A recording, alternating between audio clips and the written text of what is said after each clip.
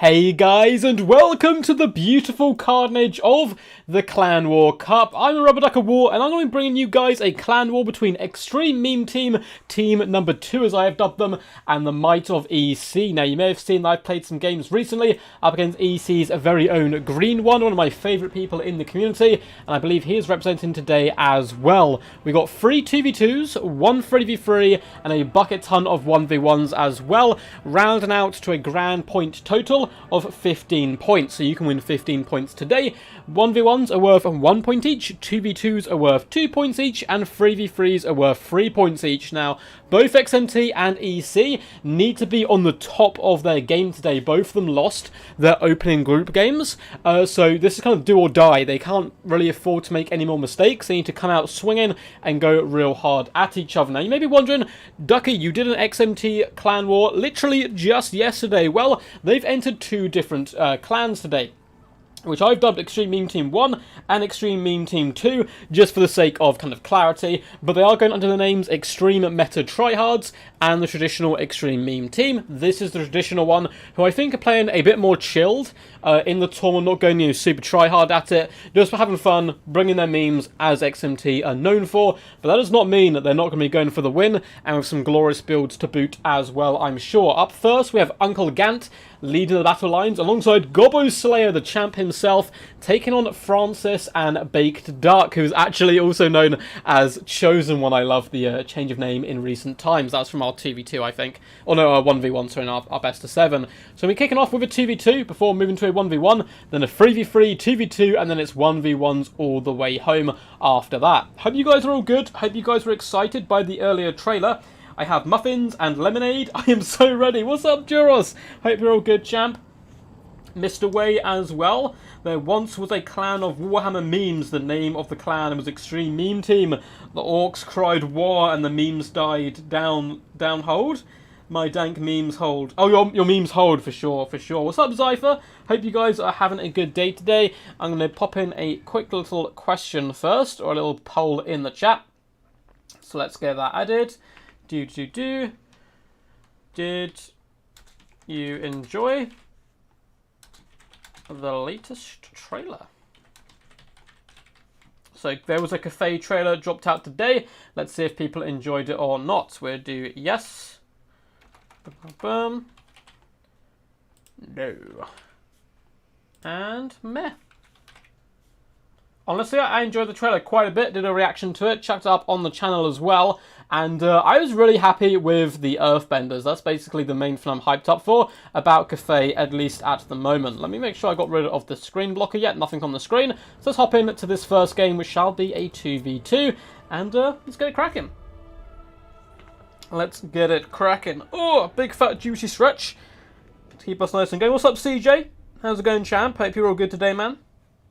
Good to see you here as always. Now, I believe Uncle Gant and Gobbo Slayer played in the 2v2 last time. There definitely was an Empire Dwarf alliance at some point with one of the Extreme Meme Team games, and they're coming up against Bretonia and Tomb Kings, which I think heavily favours the XMT alliance today, because Dwarfs dumpster all things Bretonia, and are actually really powerful against Tomb Kings as well. So the Empire coming to support them, who I think do absolutely fine in these matchups as well, should mean they have a bit of an advantage. Now, they've gone for a incredibly defensive Dowie geometry. The dwarves sat down the Emperor and like, look, we've seen you guys defend, it's not all that. Let us teach you the ways of the Dowie geometry. We actually have one unit all the way on the side here. What's this? Okay, so we have some Outriders with grenade launchers. Let's go through the Empire build first.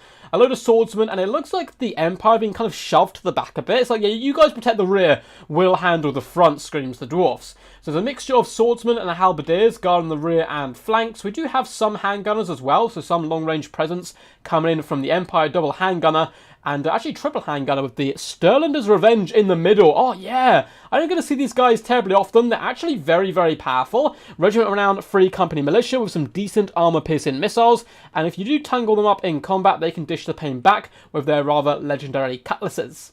A load of halberds in the central pocket as well for a bit more meat on this build, and we have a Jade Wizard coming with Earthblood as well as Awakening Wood. Now imagine Earthblood with dwarfs, that can be a scary combo. With an Arch-Lector leading the battle lines, this is probably the most gangster thing of all time. I've just started playing a game called The New World, and it's been a load of fun, and I've kind of joined this, like, clan in there. There's these 3 different factions you can join, and one of them is basically like, hey, you can become a warrior priest, and I love him running to battle there with his double hammers, coming in with all of the goodies as you'd expect. Now, for their dwarvish allies, they've not actually brought that much range. They're kind of leaving the handgun pressure to the Empire, and they're coming in with the meat of the infantry. Dwarf warriors are dotted all the way along, backed up by a couple of miners, or just the Ekrund miners, as well as Norglin's Ironbreakers. Having the blasting charges in the second line means they're going to be able to definitely use up all of those blasting charges, and if you get a bit of friendly fire, hey, it's only on dwarf warriors, so no one really cares. We have Double Master Engineer, both of which have Flash Bomb and the Fiery Ring. I don't know if that's actually tournament legal. I feel like you're only allowed 1 Flash Bomb, but the 2v2 rules are actually different, and I haven't really delved into them. I haven't played much 2v2 myself, so maybe that is actually a mistake, and that is allowed. We have Thoric Ironbrow today, coming in with the Rune of Slowness, Rune of Wrath and Ruin, Rune of Negation, and the Rune of Doom. Pretty good stuff there, and I think that basically sums up the Dwarvish build. For the Alliance, the Unholy Alliance, I should say, of Bretonnia and Tomb Kings, we have King Leon Kerr up in the skies, and a bucket ton of peasants along the main line, backed up by a bucket ton of skeleton warriors, and you can see they have 2,745 troops on the field of battle. Secondary line is basically peasant mobs, or peasant bowmen I should say, backed up by a couple more skeleton spearmen all the way along, and then we get the battle pilgrims in the secondary line, including the Holy Wardens, just for a little bit more damage output that they can indeed bring to the battlefield. We have some cavalry in the form of the Tomb King Cav on the flanks, a couple units of Carrion in the sky, as well as a load of chariots, 1, 2, 3 along the back line. So really going for a swarm style of approach compared to the slightly more elite Empire and Dwarvish Alliance. With Archon the Black down here on the ground, he's coming in with Spirit Leech. Of course, all his items, the Staff and the Gash, Tomb Blade of Archon, they're all so good, there's basically no reason not to bring them. The Liber Mortis, I have mixed feelings about. It only lasts 15 seconds, so that's kind of the one downside to it. He also has Soul Blight. Should be a good fun game. We have a cheeky little Damsel of Life with Earthblood, as well as Dwellers Below. Interested to see King Leon Kerr in action today. Who's your money on, lads? What's up, Ad? I want muffins too. I want muffins as well. Now, that is an onion, oh for sure. I can't enjoy any alcohol if there isn't some sweetening element in it. Oh, so like mixing whiskey and cola. Yeah, I used to drink, when I was at uni, I used to do a lot of whiskey and coke on like nights out and stuff. Or like, the honey whiskey as well was pretty good, pretty damn good. Anyway, back to the glorious battlefield. I don't actually really drink anymore, to be honest. I've become an old man, I'm afraid. So the battle lines are going to be advanced, and the Onion is moving forward. Now this Onion, it's not a simple build. It has many layers to it that the Bretonnians and Tomb Kings are going to have to grind through. Now unfortunately for them, all their infantry is basically useless up against the might of the Dwarvish folk, who can push forward and really just start to kind of cleave and slaughter their way through. However, they do lack a lot of range potential. The 3 handgunners there are pretty decent. Like, they've got really good damage output, but they're so outnumbered by the peasant bowmen, who are currently shooting into the heavily armored dwarfs. So the dwarfs not going to be liking that too much, but they can absorb some of the damage. And now we can see one of the fiery rings does go down on the peasant bowman, and that is one of the best counters this build has to all of these peasants. Another good combatant to the archers is you destroy the front line super quickly and you're into the cookie jar. Ekron miners unleashing hell now upon skeleton warriors, and it looks like the Norglin's Ironbreakers can also push up and start unleashing some blasting charges. So Dwarfs and Empire Alliance being real aggressive here, despite being a defensive formation. The Arrows or grenade launchers are actually going to flood back into the defensive home. There's no need for them to skirmish. We're simply going to sit behind the dwarfs and allow them to do the business. A good answer, though, for the Tomb Kings is in the form of these skeleton chariots, who are really starting to punish the dwarf warriors quite a bit. And they're taking considerable damage. Norglin's Ironbreakers, though, form the Flying Duck V formation and just start obliterating the skeleton warriors. Look at their HP just disappear as the Master Engineer cackles and laughs within the fire and the fury. More Dwarf Warriors are starting to butt heads and try to push their way in. Master Engineers are in the thick of the action at the moment. Skeleton Chariots doing a decent job. I really like this positioning from the Empire. Let the Dwarfs fight the infantry fight. We'll sit further back, and if your Chariots want to punish the Dwarfs, you have to hit the front line, and then the handgunners can just rain shots in from afar. And you can see that's just what's happening with these Skeleton Chariots, starting to take pretty considerable damage across the board.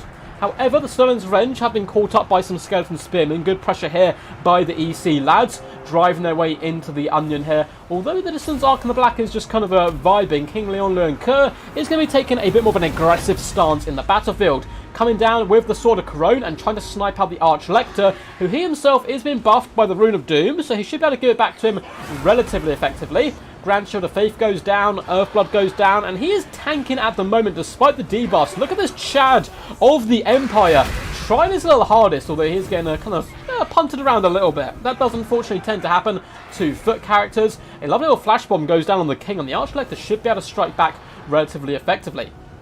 A lot of the Empire reserves are being called up now to the front line to try to save the handgunners as well as deal with the Karen, and they are managing to do that just about. After a really good initial start for the XMT lads, you can see the battle has formed into madness, and the majority of the peasant bowmen are still firing, and that's really bad news here for the dwarves and the Empire. They're just focusing down these halberds who only have 30 armor and no shields. Really good targeting there from the Bretonnian player.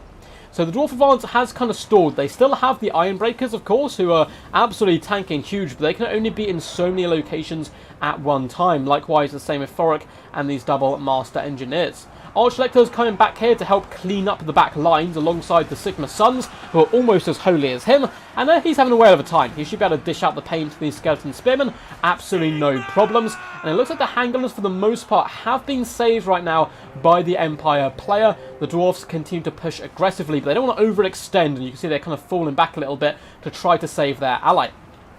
King Leon Kerr has taken quite a few shots. I think the Master Engineers have just been picking at him like an annoying scab there, an annoying itch, all day long, and he is down a decent amount of HP at the moment. He is, though, a living saint or something bizarre like that. I don't know what it's called. I believe he has regeneration, unless I'm mistaken. It does look like we're going to be getting a lovely little Earthblood down here on the handgunners, but as well as the Sigma Sons and the Halberdiers. Halberdiers need to push over and try to surround the King before he deals with the handgunners. Unfortunately, he's a little late with the handgunners breaking.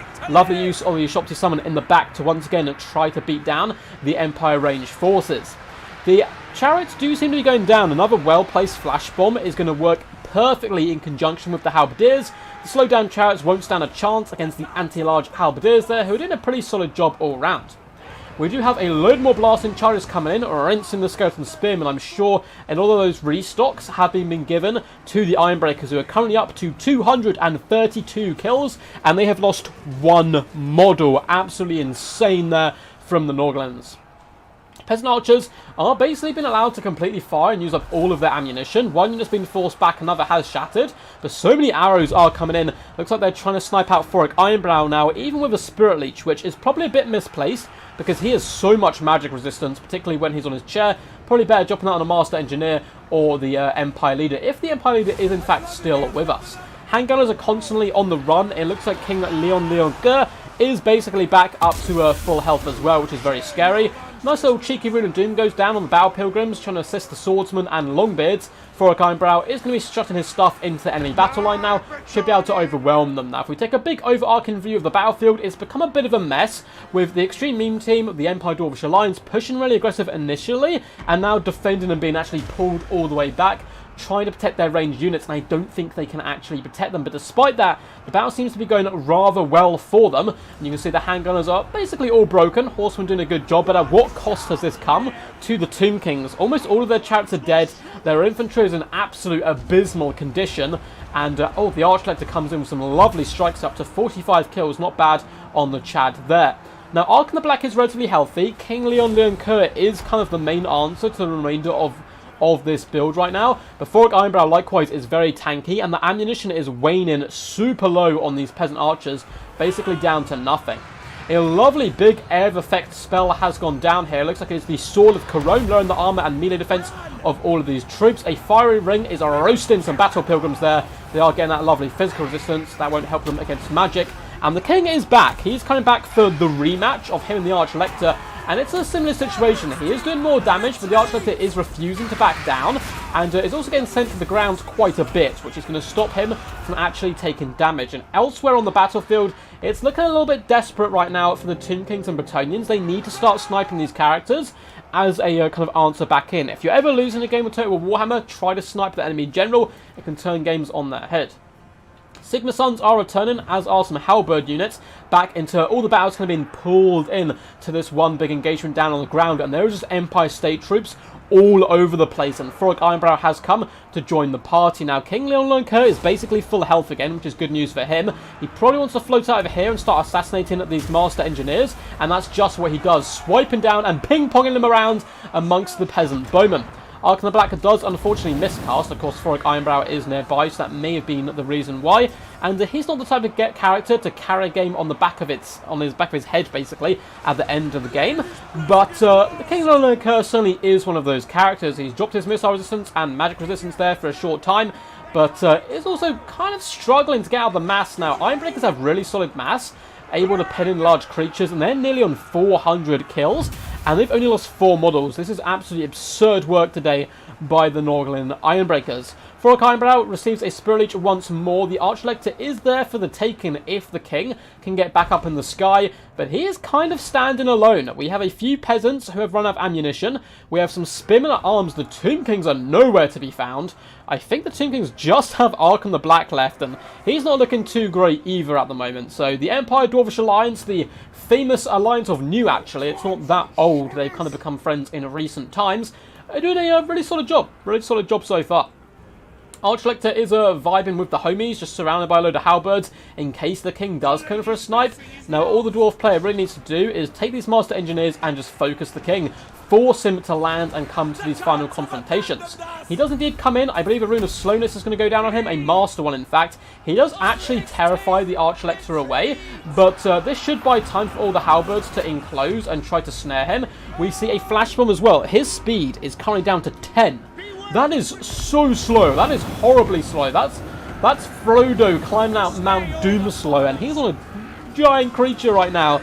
And also nuking his melee defense and other stats there as well. He's not going to be having the best of times, and in fact shatters. And the first 2v2 of the day is indeed going to be going in favour here of the Extreme Meme team. Very well played to these lads, though. That was a pretty close one. That was pretty close indeed. But, you know, they managed to pull it through there. Uncle Gant and Gobbo Slayer, I believe they worked really good in synergy together. The Tomb Kings did a good job, but eventually started to run out of steam a little bit. They had the big problem of, hey, chariots can kill the front line, but then there's simply nothing to stop the handgunners in the back. I think he needed to combine a little bit more, the carrying, swooping on the handgunners, whilst the chariots cleared up the dwarfs. But well played to both these players. That game is a 2v2, so those points shall be going to Extreme Meme team. So let's update the scoreboard there. And boop, up to 2 points out the gate, but there is 15 points on display here, guys, so plenty more to come. Yes, yes. I wish I had this micromanagement. It's just practice, bro. It is literally just practice. You'd think peasants suck against all that armor. I mean, it takes them a long time to drag them down. A long, long time. But we'll go through the damage dealt and stuff here now. So, Frolic Ironbrow, 2,000 damage value. The Master Engineers, 1.4 each. This hero core for Gobbo Slayer performed so well. And the miners across the board and the Dwarf Warriors just held the battle line doing what they do. Now, the Ekron miners unfortunately didn't perform super well, neither did the Longbeards, despite getting 116 kills. But the Norgaling Ironbreakers, holy crap! 409 kills, over 31k damage dealt, 2,559 damage value, and they lost like 4 to 5 models at the end of the game. That is insane work there by the Dowie. Archlector was a bit of a chad, I must admit, just shy of 1,000 damage value, absorbed a lot of King Leon Lernker's time, and that actually helped quite a lot as it enabled the other units to really dish out the damage across the battlefield. Halberdiers did okay, as well did all the foot troops. The handgunners, 800 value each, and that's about it. So nothing too crazy. Outriders only 750, which is good, but not as good as they can normally bring to the table. As for Francis, very good player. I've met him before on Quick Battles, and I think he's played on Livestream a few times. 1.6k damage value for the King, 430 for the Damsel. The Peasants really struggled across the board. Battle Pilgrims performed okay, but nothing, to be honest, that crazy. And the Peasant Bowmen, despite the fact they were able to fire the majority of the battle, really didn't do that good. I mean, it's kind of in the mid-400s and 500s. This unit got 730 damage value, but considering they used up basically all the ammo, you expect them to do far better than that. Baked Duck played really good. Ark in the Black, 556 damage value isn't great, but his micromanagement on his chariots was pretty top-notch, despite the fact they got hampered by the hang under pressure. It's just the formation of the onion formation was really hard for these builds to break down. And the Carrion did okay. Nothing too crazy.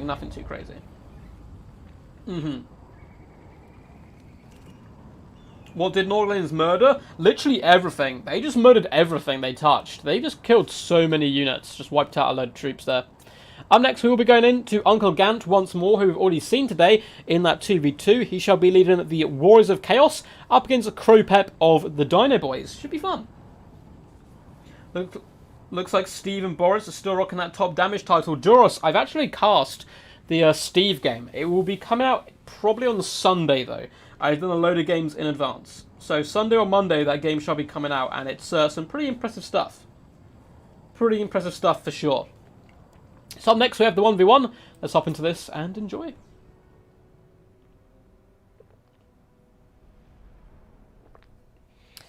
So, the Warriors of Chaos, it looks like a Chosen-themed build, which is pretty damn badass, looking to guide and guard Sigvald, and the traditional load of Skirmish Cav. Very excited to see how the Lizardmen perform here, though. We do have a Troglodon. I'm a big fan of Troglodons. I know a load of people hate the Skink Oracle, even though I think he's actually quite overpriced for what he does, if you can like push him away correctly. But the Feral ones and so far, and particularly the Pale Death, look so cool. I absolutely love them. But again, I am biased being a Lizardman player. For the forces here of XMT's Gunt, we have Marauder Horsemasters dotted in the front line, so a load of Skirmish Cavalry backed up by some Chaos Warhounds. We then have a load of Chaos Marauders dotted through the main battle line, at least in the front, and then the secondary battle line is bad to the bones, rock and roll, Chosen. Dun dun dun dun dun dun. These guys look so cool. They have the flayed skin of their enemies stretched across their shields. All stuff that we love in Total War Warhammer. Couple of horsemen with thrown axes on this left-hand side, with a Chaos Sorcerer of Metal coming with Final Transmutation, and then Prince Sigvald the Magnificent, of course, running in with Slippery and Uric Armor, giving him that extra regeneration. Pretty solid and standard build, apart from the Triple Chosen. We also have one Chaos Chariot. But basically, use the Skirmish Cav to kill all the big dinosaurs. Marauders and Sigvald kill the infantry with the support of the chariot, and then you have Final Transmutation. I like it. Pretty competitive, pretty decent stuff. For the forces of the Lizardmen, they're actually going to be taking the high ground here, trying to make Obi-Wan Kenobi just as proud as physically possible. He has a couple of Chameleon Skinks in the front. A lot of people have forgotten about Chameleon Skinks. They're still very good, despite the fact they have been pretty significantly nerfed, because Poison got nerfed in general, and they got a points increase at the same time. We have red-crested Skinkies, we have Skink Cohorts dotted all the way along, and some more red-crested Skinks on the left-hand side. Secondary line is a bit tougher. We have Saurus Spears, 1, 2, 3. Saurus Spears, a very good unit. They took a while to come into the limelight, but that anti-large is really useful, and they can clear out Marauders and stuff anyway, just because they have a relatively solid stats. We have some Cold One Spear Riders down here on the low ground, some on the left-hand side. We have a Gary, so a Basilodon with Solar Engine, Lord Mazda Mundi, coming with Apotheosis, Curse of the Midnight Wind, and Net of Amantok, as well as Banishment and Ruination, of course. And then a Feral Troglodon to try to bring the long-range pain. I quite like this as a pick. It can kind of pick and jab at the opponent all day. Chaos, though, a very good rush faction, so it's going to be kind of hard to protect him. We'll have to see how it goes. But who's your money on, lads? What's up, Big Fort? How's it going?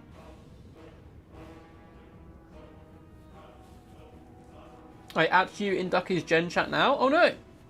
Oh, you're talking about you're sending someone a replay. Cool, cool. So the Chameleon Skinks are going to be peppering down the Chaos Chariots and driving them away from the field of battle, at least for now. And this battle thing's so close to the board edge right now. Both players kind of fighting over this right-hand flank. The Basilodon is shooting into the Chosen, not a bad target whatsoever. He's already killed 3 of their models.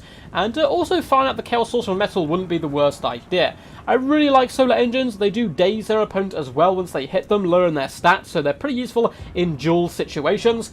Big Shot goes down the line of the Chosen once again, killing a few more models. That's 8 dead Chosen, which is certainly no joke. There's not too much to focus down the Chaos Chariots apart from the Cavalry, who are a little bit idle on the flanks right now, and that's going to buy time for these Chaos Chariots just to overwhelm the Skinks in the front. Red Crystal Skinks going to countercharge Chaos Marauders, should do fine against them with the Chameleon Skinks here. Unfortunately, the Chaos Chariots do indeed get netted, and that's going to allow the Chaos Spear Riders to come in here and hopefully finish them off. But there is triple Horsemasters looking to support, and Warhounds as well looking to chase down the Chameleon Skinks. Now, the Bastiladon is shooting in to the Marauders Horsemasters, doing some decent damage. The front line of Skinks, though, is getting eviscerated right now, and the Feral Troglodon is doing some nice damage, though, to Prince Sigvald. You can see he's lining up those shots, up to 15 kills, and boop! Yeah, it does decent damage, but Sigvald, of course, will regenerate a lot of it. Bastiladon is continuing to shoot down the ranks into the enemy. The Colin Spear Riders, unfortunately, have been forced back, and the Chariots managed to escape with all of their models, which is really unfortunate there for the Dino Boys. Chaos Warhounds are overwhelming the Chameleon Skinks. We have Colin Spear Riders trying to rescue the situation, but it is certainly a tough fight. Chameleon Skinks continue to pepper down the enemy. Good use of the Colin Spear Riders so far, cycle charging down the Chaos Marauders and overwhelming them. It looks like the Solar Engine's got a little bit big for his boots, and he's actually going to be charging into hand-to-hand combat against Prince Sigvald, who's also getting shot point-blank range. Unfortunately, a lot of the Troglodon shots are actually hitting Chaos Marauders, who have currently been terrified away. However, I think the Solar Engine retreating would be a rather wise move. Nice little surround here. We have a bit of a pincer movement, a hammer and anvil with the Skinks now coming in and surrounding these Chaos Marauders. You expect the Marauders to lose this fight all day long. Big fat overcast net does go down on the Horsemasters, followed up by a ruination of cities. Most likely going to be a banishment after this as well. Really try to bring them down, and it does some okay damage. Nothing too crazy though. I would like to see a banishment here as well. I feel like ruination is better against infantry, whereas a banishment can take down both infantry and cavalry. Sword Spear's also starting to struggle. Instead, it looks like we get a banishment down on the Pocket of Chosen. Yeah, I think those should have been rotated and switched around instead, as the banishment unfortunately does kind of move off, and the Chosen are able to avoid the worst of the damage. Banishment may hit some Saurus here, as well as some Chosen.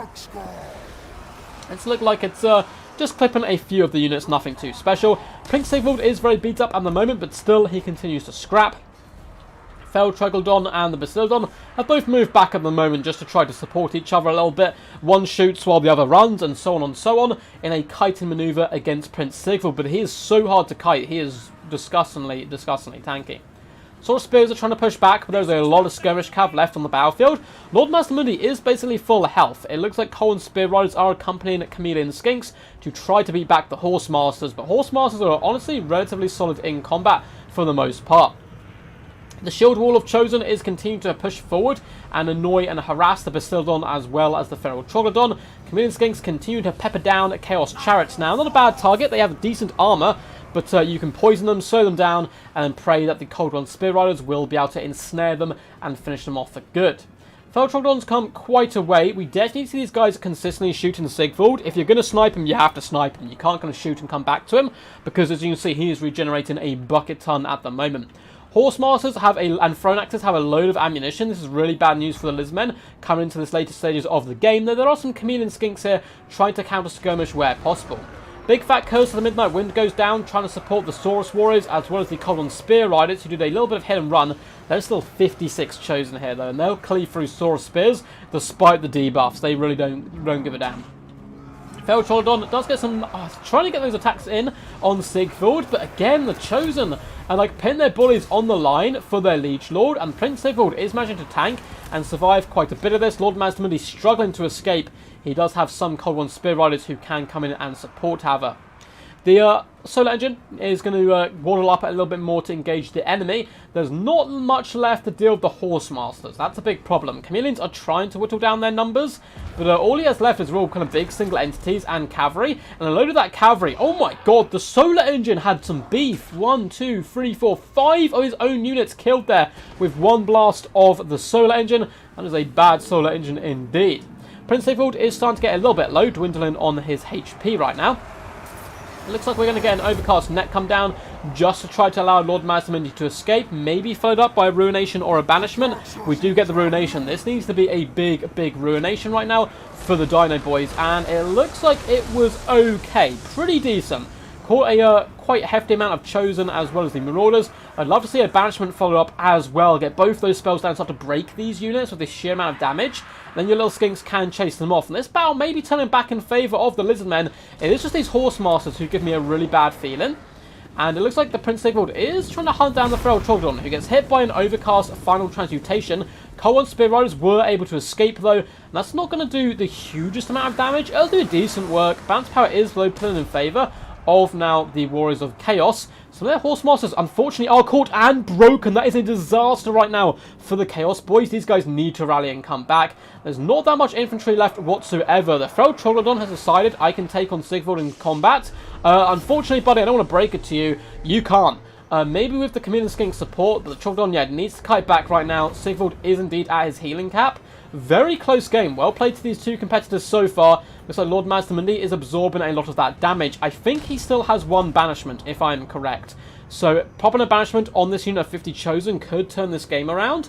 But it's these horsemen are really a big problem right now. Feral Troglodon is going to float back over. Again, there's a load of Horse Masters who have taken a bit of a beating, but they've managed to rally and come back into the fight. It looks like the Cold Spear Riders trying to gobble up Prince Sigvald, who has popped Slippery, and now they're just moving on to chase down other troops. Surrounding the Sorcerer Metal may not be the worst idea either. And poor Gary is now currently out of ammunition. He's done a good job though. You've done us proud, boy. But down to 85 kills isn't bad, but his HP is down to 2,000. He's trying to assassinate the enemy Caster Lord at the moment. Feral Troglodon attempting to force off these skirmish cavalry units. As Lord Mazdamundi takes more and more damage, balance power is going more and more in favour here of Extreme Meme Team and their Chaos Legions.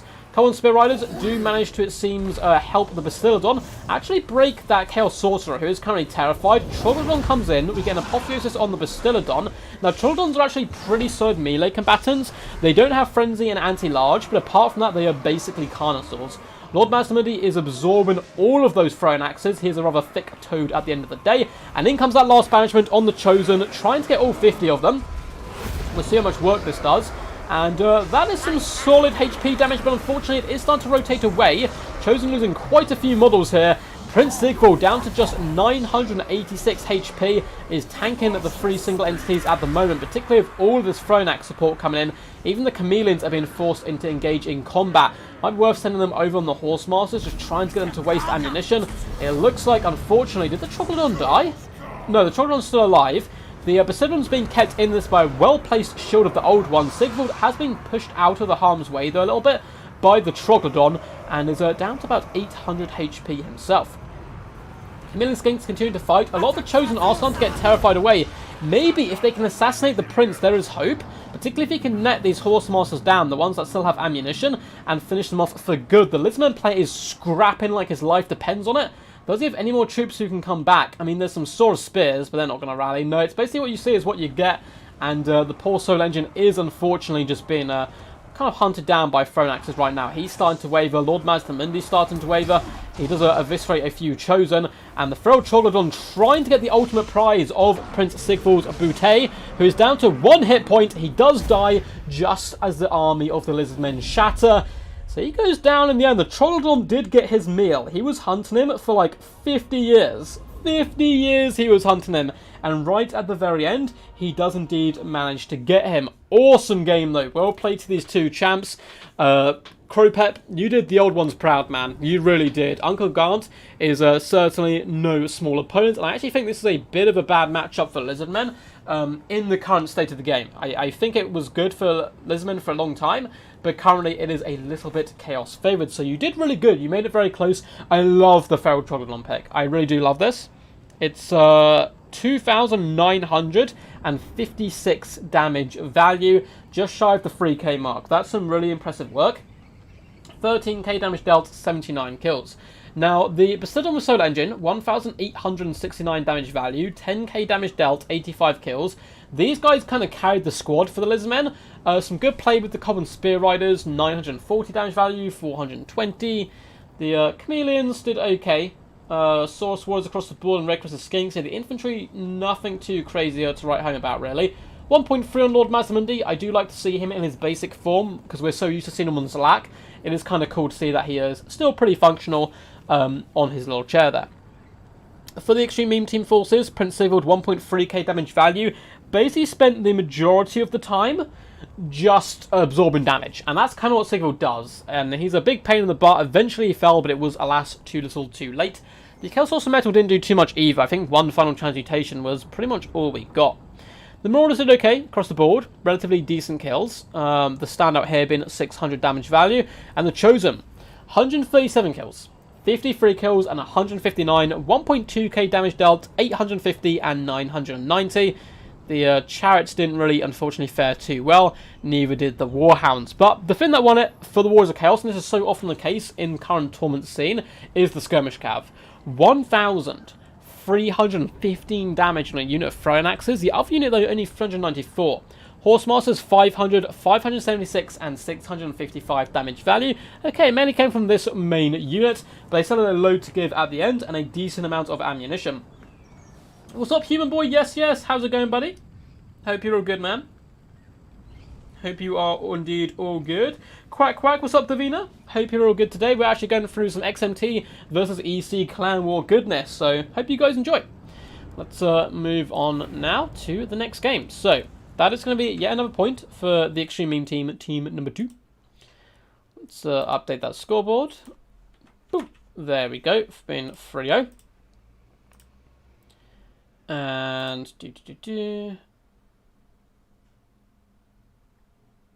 cool. So I received a load of notifications, but luckily they're nothing too scary. Just need to check on the stream strength, and I will close down the Q&A we did as well. Bum, bum, bum. Where are you, Q&A? I shall find you. So it looks like for the most part on the recent trailer, you guys were relatively happy, but not like super crazy about it. It wasn't obviously as hype as the main trailer. It's just like showing some more stuff about Cathay, but it was still pretty cool nonetheless, I think. But it looks like, yeah, 53% really liked it, only 9% didn't like it, but a lot of people also thought it was a bit meh with the 36%. Interesting stuff, interesting stuff. So up next, we do have the 3v3, and then we're moving into a 2v2. And then I believe we just have a load of 1v1s left. Don't we have another 2v2 somewhere? Got one 2v2, got one after this. Maybe they didn't play it? Oh no, they did. It's just here. Okay, cool. But up next, we're going to have the absolute madness of the 3v3. Once again, we have the green one, aka Backed Duck, Kropep, and Azrael of Astoror up against Pugnabon, Ride of Rohan, and Uncle Gaunt, making his third game here straight away. So played in the 1v1, played in the 2v2, and is now planning on playing in the 3v3. Thank you so much, Henry Brooks. Have a great stream, Mr. Duck. Hey, dude, fantastic to see you here, man. I really do appreciate it, and appreciate you guys coming through. I'm not sure why. All my videos, like the last couple of days, have done pretty poor views-wise, and I'm not sure if it's just YouTube just not pushing my stuff, and it seems the same with streams. I don't know what's going on there, but if you guys are typing in my name and actually coming and finding this stuff, I really do appreciate it, whilst YouTube, you know, does what YouTube does best, and acts weird and all that crazy stuff. So thank you so much, man, for the support. It really does mean a lot. It really does mean a lot. But up next, Mortis Wastes, we have the 3v3. Pretty excited to see how this goes. We have Wood Elves, Tomb Kings, and Vampire Counts. 3 factions we've seen an insane amount in these 3v3s and 2v2s. And for Clan EC here, we have Wood Elves, Norska, and Dark Elves, which should be pretty cool.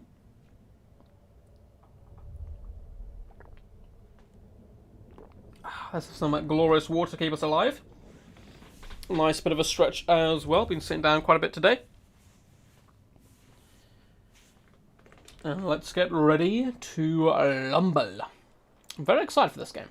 So, 3v3s have been changed a little bit since the first round we did. So there's a bit more limitations, I believe, on the numbers of stuff you can bring. So let's go through these builds and we'll try to keep up with the 3v3 madness. We do have Carrion up in the skies. We also have a Skeleton Horseman, a bucket ton of Skeleton Chariots, and then some cheap and cheerful Skeleton Warrior chaff. And that's going to make up the majority of the Tomb King build, coupling into the Shopti as well in the central core, protecting Arkan the Black, who's coming in with the Humble Spirit Leech.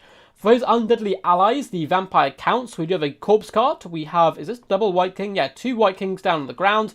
Yet another Corpse Cart. Some zombies. Oh my god, I love it. The zombies just bumbling around in the backs, trying to protect the back line. Couple of units of Skeleton Warriors as well. And then up in the skies, we have a mixture of Carrion, Fellbats, Vargeist. 2 units of Vargeist, in fact. I think Vargeist is a pretty powerful unit. Maybe a little bit overlooked by some. And then Isabella von Karstein. Now, we've been seeing Isabella a decent amount. in these 2v2s, and that's because you can pop the Blood Chalice down on allied heroes and lords as well, and it's a pretty huge restore, 2,496 HP, plus 36 Vigor is very nice. She also has the Master of Beguilement, so a pretty powerful lord option in my humble opinion, particularly in these team events. For the forces of the Wood Elves, we have Glade Riders, we have Eternal Guard dotted all the way along, a couple of Glade Riders on the flanks, and then Glade Guard of Hagbane Tips, so we have looks like 2 of them. We also have the Hawkeyes of Drakira. Oh, hell yeah. Whoever the Wood Elf player is, I think it was Rider of Rohan, you've just won my heart. I love the Hawkeyes of Drakira. Regiment of Renown, Waywatchers, absolutely swagging it here in their like autumn colours. They also come in with a pretty useful smoke bomb. The arrows also give discouragement, so it can be pretty powerful. They're all in dirty with a lovely little hero core. Look at the gang. We have the Hawkeyes in the back, Double Waystalker, and the Glade Lady coming with the net, and Arrows of Kurnos herself. Pretty cool stuff. I like this build quite a bit. It's going to be, again, a slow push build, which we seem to see quite a bit here in these 2v2s and the 3v3s. Yeah, Human Boy, I don't know what it is, but like drastically, it's really bizarre and like very quickly. So I'm not sure if it's just YouTube not promoting Total War content at the moment, Human Boy, or what's happened. I don't know. It's quite bizarre. But for the forces here of EC, we have the Dark Elves, the Norscans, and the Wood Elves. Let's go through the Norscans first. So for the crazed Vikings, we do have Marauder Berserkers as well as Marauders dotted all the way along, making a nice long battle line. More Berserkers just in the back. Now we have, of course, Wulfric the Wanderer. He shall be on horseback today. I've seen him in all different types of forms recently. Mammoth's still very popular, Foot Imric, Chariot Imric as well has kind of boomed quite a bit. He has the Sword of Torgold, 100 Champions, as well as the Boat. And we have a load of Horsemasters, so typical kind of skirmish cavalry. A load of Chariots, this is interesting. So 1, 2, 3 Marauder Chariots. Shaman Sorcerer of Fire coming in with Flame Sword of Rune and Burning Head as well. Pretty cool Norscan build. For their allies, the Wood Elves, it is a load of Dryads all the way along. Eternal Guard guarding the flanks as well as the rear. And then we have some Glade Guard. Glade Guard of Starfire Shafts, more Glade Guard of Starfire Shafts. And pretty simple stuff, really. A couple of Wild Riders as well, guarding the flanks. Dark Elves seem to have very limited numbers. They have Dread Spears, and then it's a kind of crazed Angry Lady build here with triple Witch Elves here. We do have some more Bleak Swords and Mama Marathi down in the centre here. On foot, looking as crazed and lunatical. I don't think that's a word, but a crazy lunatic is what she looks like. Coming in with the Wand, Soul Stealer, Heartrend and Dark Sword, of course, and Enchanting Beauty. Very, very powerful. I would argue pretty OP as well. We've got a K-Knight Assassin down here alongside her to help protect, and triple Scourge Runner Chariots. Should we get some good fun? Drycha and the Branch Wraith make up the leadership of the Wood Elves. Without further ado, let's get this absolute flustercluck underway. No Wood Elf caster. Yeah, he's gone for no caster today, which is something you can kind of get away with in these 3v3s and 2v2s, because you already have Winds of Magic with your allies, so it's less of a problem, and this is quite a lot of sniping potential, quite a decent amount. Skeleton Chariots are going to bomb forward. Now, one thing that this team's army does lack is cavalry. We have the Wild Riders, but that's about it. And the Skeleton Chariots could have an absolute field day if they are microed effectively. Wild Riders are going to start popping forward here to drive at the heart of the enemy, but they need to be careful. There's a lot of Varghei's Fellbats and Isabella in the sky, and they can counter the Wild Riders because they get the charge, and Wild Riders rely a decent amount on their charge bonus. Looks like the Flying Squad quite happy just to escort them away for now, and the Chariots will probably wheel around and slam once again into these Marauders. On the left-hand flank, you can see the Ushopti are all targeting the Scourge Runner Chariots. The Waystalkers, the Glade Lady are all pummeling down Wulfric. He is hit by a Spirit Leech, and I'm concerned he's going to get netted here. He is way too ahead of his troops. Skeleton Warriors do come in to try to pin him in place. The Norscan player needs to be careful, but the prey does indeed come down, pinning him in place, but it seems to have bugged slightly. Oh no! What is this bug? The prey comes down, but there's no tooltip. It was there briefly, and that's going to enable Wulfric to flee. I would be so mad. I would be so mad if I was the Wood Elf player, because Wulfric would have been dead there 100%. We do get a lovely Burning Head go down the line with the Skeleton Warriors, basically bam, finger snap Thanos style, and this unit is just dead. Eternal Guard are going to start to drive forward, as the Skeleton Chariots do fall back between the friendly lines once more. Chariots doing a decent job. Glade Riders are being run over at the moment. It looks like a decent amount of counter-skirmish is coming in, though, by the Skeleton Horse Archers, trying to force back those Norscan Chariots where at all possible. Witch Elves have just made the zombies kind of go into insanity somehow. I suppose it's muddling their magical connection to their Necromancer. Great Stag Knights, I absolutely love Great Stag Knights. Look at them go. These are for the Extreme Meme team, by the way. Wild Riders for Clan EC. And you can see the Bleak Swords, Dryads again run over by them, and the Scourge and Chariots not having it the best of days. Hawkeye's Drakira own 0 kills at the moment, but they've done some decent sniping potential. And the Wood Elf back line for Extreme Meme team here is relatively still online, now focusing down the Marauder Berserkers. Flyers are doing a decent job. Felbats are descending upon Glade Guard. In fact, 2 units on 2 units of Glade Guard. Basically, nothing's been left in reserve here for EC. They've had to commit to the fight, realising they're outranged. And that has left their troops pretty damn vulnerable. In the back line, we do have the Chill Guys. They're vibing at the moment. Big old fat Wand does come down, catching those great stags, who unfortunately are being punished just a little bit. With Ark in the Black now well and truly a cat amongst the Marauder Chariot Pigeons. Doing some decent damage, mainly though because of the Spirit Leech. We do get a big fat Earthblood down, healing up a lot of the skirmish potential, as well as the chariots of the Norscan forces.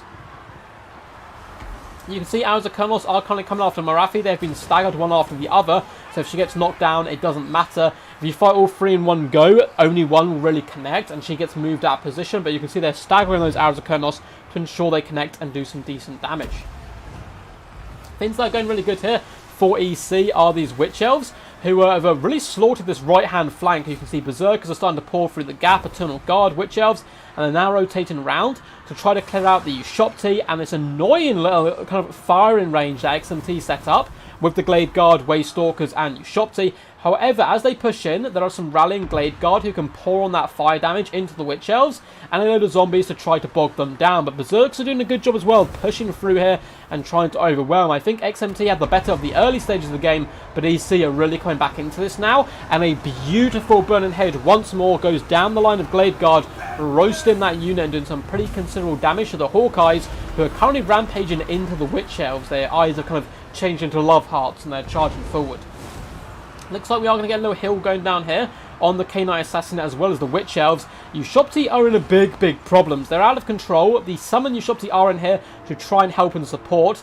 And the left-hand flank was decisively won by XMT, so they're trying to bring back forces now to help protect their central pocket, which has just been absolutely overrun at the moment in the centre.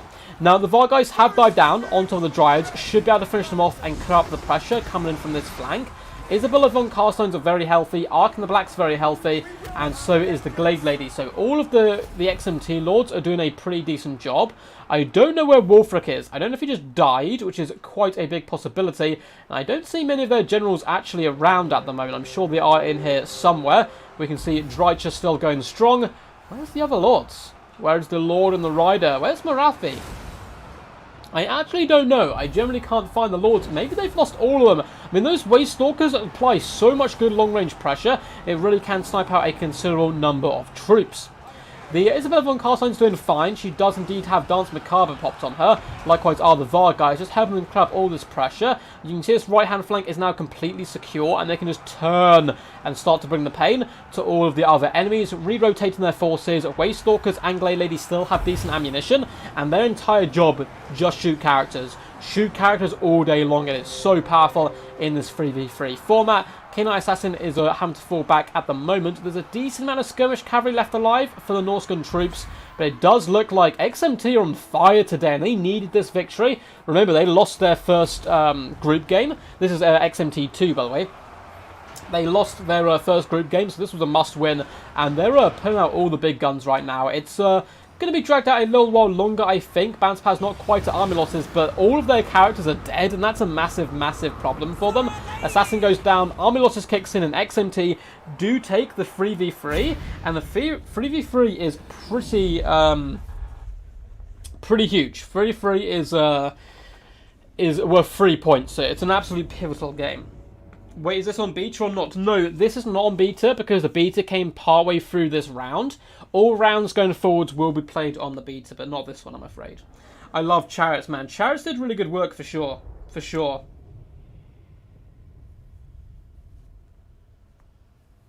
Mama down, Marathi got sniped. Like, everything got sniped. Everything got sniped. Yeah, it's a little bit madness watching the 3v3 there, which I do enjoy the 3v3s. I'm very happy there is only one 3v3, so we don't have to commentate on them all the time, because they're just such a flustercluck of madness. But it was a really good job. I'm actually a massive fan of Ryder Rohan's build here. The Waste Stalkers, just shy of 1,000 damage value, 1.2 and 1.2 on the Glade Lady. That sniping potential is honestly no joke, and more people should do this in 1v1s as well. It's actually a pretty decent tactic. Sedane, how's it going, man? Hope you're all good. Long time no see. Hope you've been enjoying all the Total War stuff recently. But yeah, once again, well played to these champs. I'll update the scoreboard quickly, and then we shall delve in to the damage value and stuff. So 6 points so far for XMT. I believe we'll be moving on to a 2v2 once again next. Bam, bam, bam. Cool. And let's hop back in. So well played to ride Roham. I like this little hero core. Hawkeyes of Drakira. Such a beautiful looking unit. 1.6k damage value.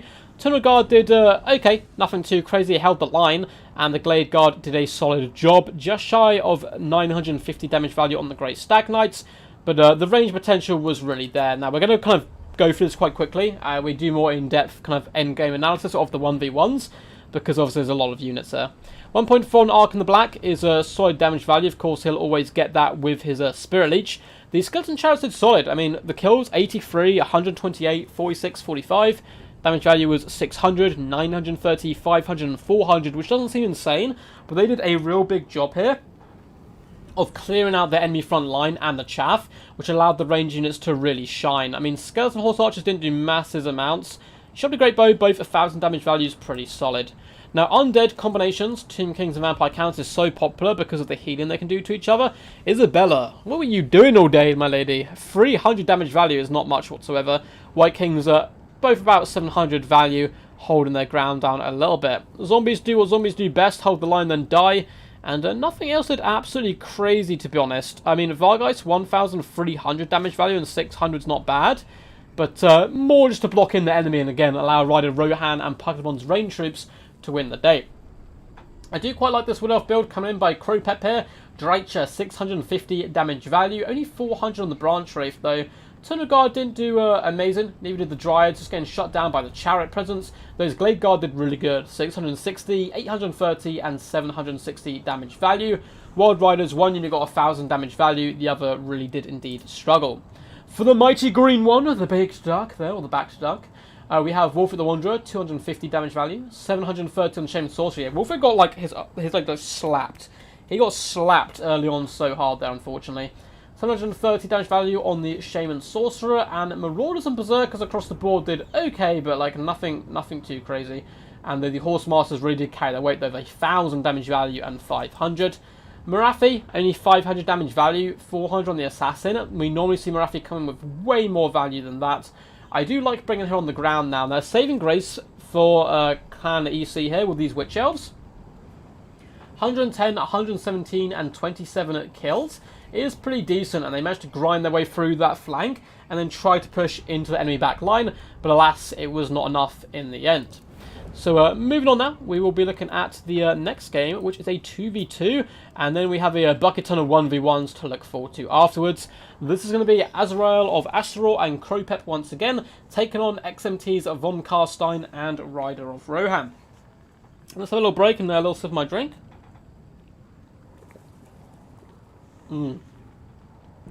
That is the good stuff.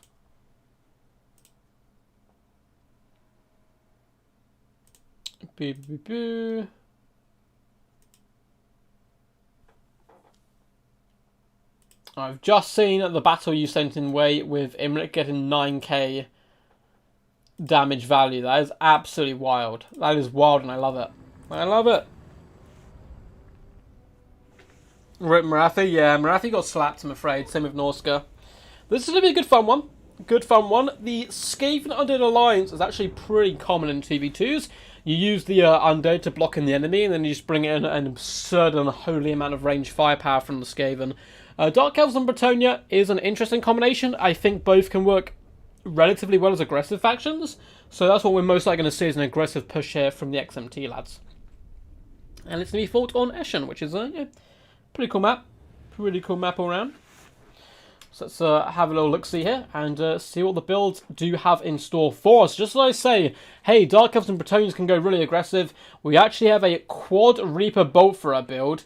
So 4 Bolt Throwers in the back, actually going to be going super defensive. We have Knights of the Realm, Knights of the Realm, Knights of the Realm, and you guessed it, more Knights of the Realm. So a lot of kind of mid-tier cavalry, anti-large, not super expensive like Questing Knights, for example.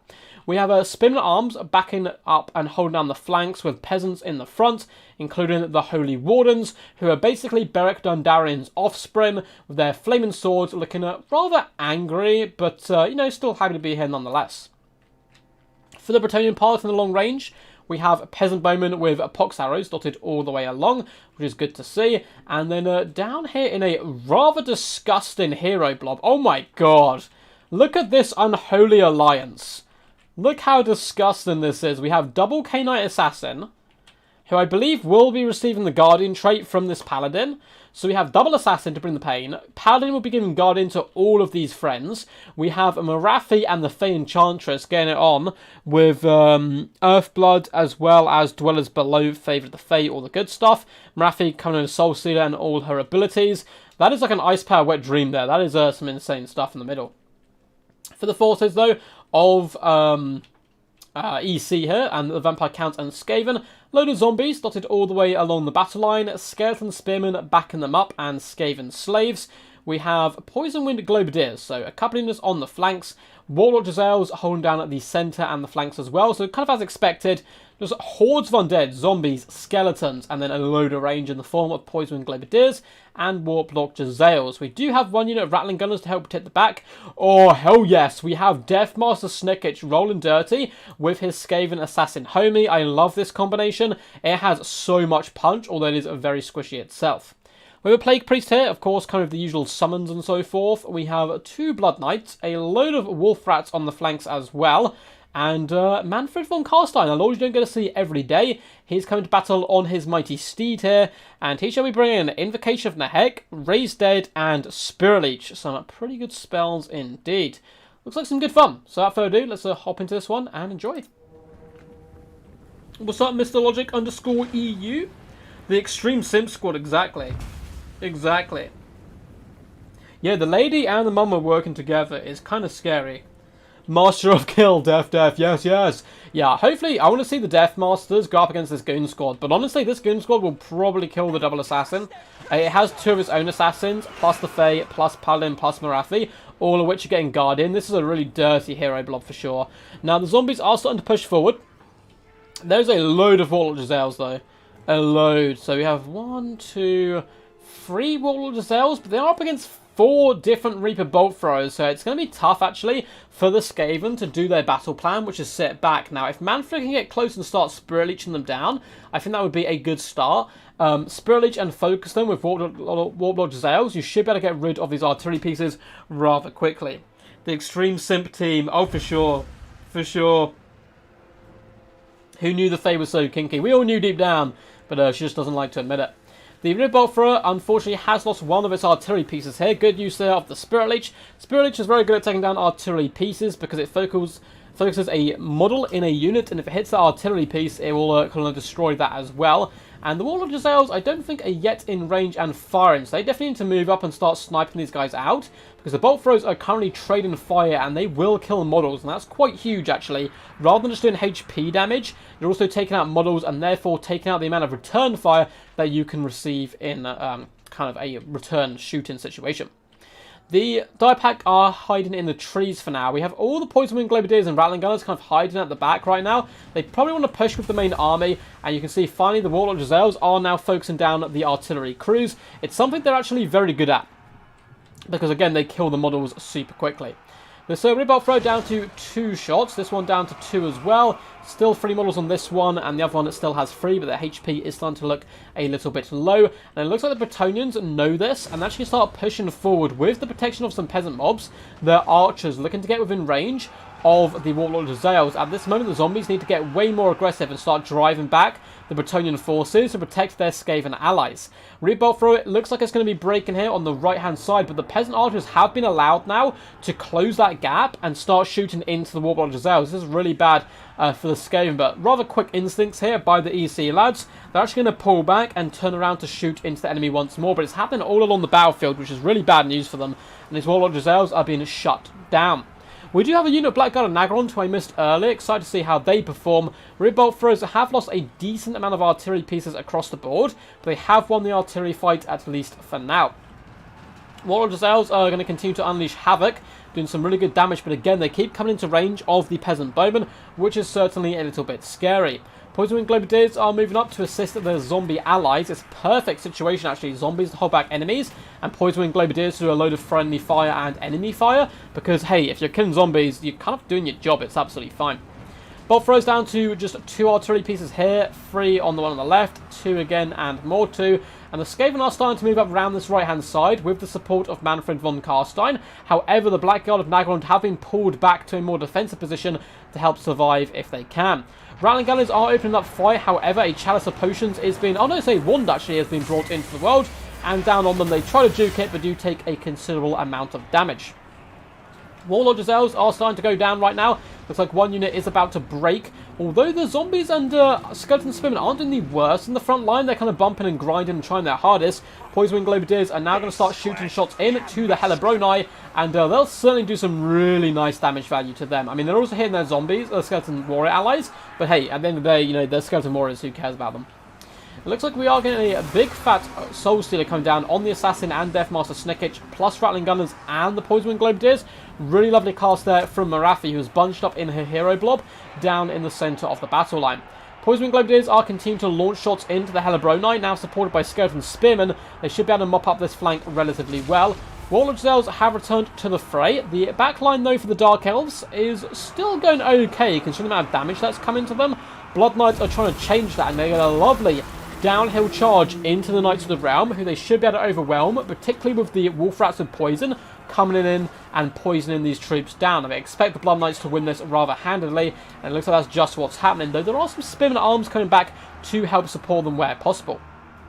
More Blood Knights are starting to collapse in on the Knights of the Realm, looking just to destroy this flank and open up a gateway into the juicy back line of the Dark Elves. And it looks like the Skaven have done that on the other flank as well. Wolf Rats bounding around. They want to switch targets, actually drive themselves this way now and start taking down the bolt throws. And that's just what they do. Look at these little doggos go. They are bounding with joyful glee into the bolt thrower crew, and they should be able to decimate them super quickly. Load more die packs and other units are coming back to the main fight as well. The Holy Wardens are holy and holding the line at the moment, but the Poison Wing Globadiers have done a really fantastic job. 64 kills on this unit, the other unit 54. They do get hit by dwellers below, but manage to move out the way, and I actually think EC have a really good chance here of pulling this through. They've played very well so far. Manfred is alive. They still have this disgusting blob though to deal with, which is going to be a real challenge. Soulseer does hit the Deathmaster as well, which is not good at all. Now, look, the Paladin's been pulled away with the Fey Enchantress. They good discipline here by the XMT lads, bringing their lords close together. Now, the Warlord Giselles probably want to start using all their ammunition up now on this hero core. It's definitely going to be the best way to go. I would most likely assassinate the Paladin first, get rid of that Guardian, and then start moving on to the other characters as well. Poison Wing Globadiers are still looking healthy. Blood Knights are reaving and roaming in the back lines. There is double Blackguard of Nagarond, though. However, they are currently being whittled down by the Poison Wing Globadiers, who certainly will be enough to drag them down with the huge amount of ammunition they still have. Deathmaster goes for a risky attack on Marathi, which I don't think this is worth it. Like, Deathmaster Snickage is so powerful. Look how quickly he's bursting down Marathi. He's also, though, been hit by Web of Shadows and Assassin's Trophies, and the Assassins can go to work on him. I think he needs to pull back and play a bit more of a patient game here. Assassin is trying to support, and Marathi's stats have been completely nuked right now. Lovely little Chalice of Potions comes down onto the Graveguard, doing some good work. But yeah, Deathmaster, nice little hit and run there, did some damage, but took so much in return, and a Soul Stealer on top of that. That's some pretty scary stuff. Now, the Warlock Giselles have certainly won the mobility game, have Clan EC here, so they're just able to just fire at will. And yeah, just tie down one character at a time. They're doing a decent job on Marafi right now, who has managed to fend off the Death Master, and the Assassin is not having a good time either. We do see a big spell come down. I'm not sure what that was there, big air effect spell come down. Spirit Leech hits the Assassin, and Manfred goes in, punting him quite a considerable way. Bounce power is in favour of EC at the moment. All of the bolt throws have been cleared up. Good use here of the Wolf Rats. I love the Blood Knight play. The Skaven as well. These Poison Wing Globadiers have done so much disgusting work. 79 kills on this unit. The other one 117. And that damage value is insane. They've been hitting some pretty elite units. After the earliest game, they were kind of killing cheap units, but now they started to kill some pretty heavy ones. However, the Hero Squad's alive, Blackguard of Nagron still going good, and it looks like this unit, Poison Winds, may indeed get shut down. Marafi is trying to hunt Manfred von Karstein. She is getting sniped as she does so, and he needs to make sure he keeps moving. Just spam Spirit Leech and try to kill these characters. We do have a bit of an assassin fight. The Elf Assassin is retreating, though, from the Assassin of the Skaven. The Assassin's trophy goes down, and it looks like one of the Assassins has indeed fallen. I believe, though, that is the first of the Hero Core to go down. We still have the other Assassin, the Paladin, Faye, and Marafi. The Marafi is getting close to a healing cap at the moment, which is certainly good news here for the Skaven forces and the Vampire Counts. Manfred just doesn't need to engage this. I think just sit back and allow your range units to dish out the pain. Unfortunately, though, for the Skaven, their ammunition's basically gone. Warlock Giselles don't have any more volleys left. The last few are going into Marafi, doing some decent work. That poor little Plague Priest is currently getting bullied. Now, we do have Wolf Rats pouring in, looking to support. Marafi is danger low, down to just 650 HP, though she is getting healed up to her healing cap. And the Plague Priest doth fall. Poison Wing Globadiers are moving forward. Now, they can dish out a bucket ton of pain, and they are currently aiming at the Blackguard of Nagron to hold firm in the sight of imminent danger and death. The Relief Buffalo crew is trying to rally, but Wolf Rats, good diligent play here by the Skaven player, should force them off. If we look elsewhere around the battlefield, there's not too much though. 88 Graveguards, pretty significant.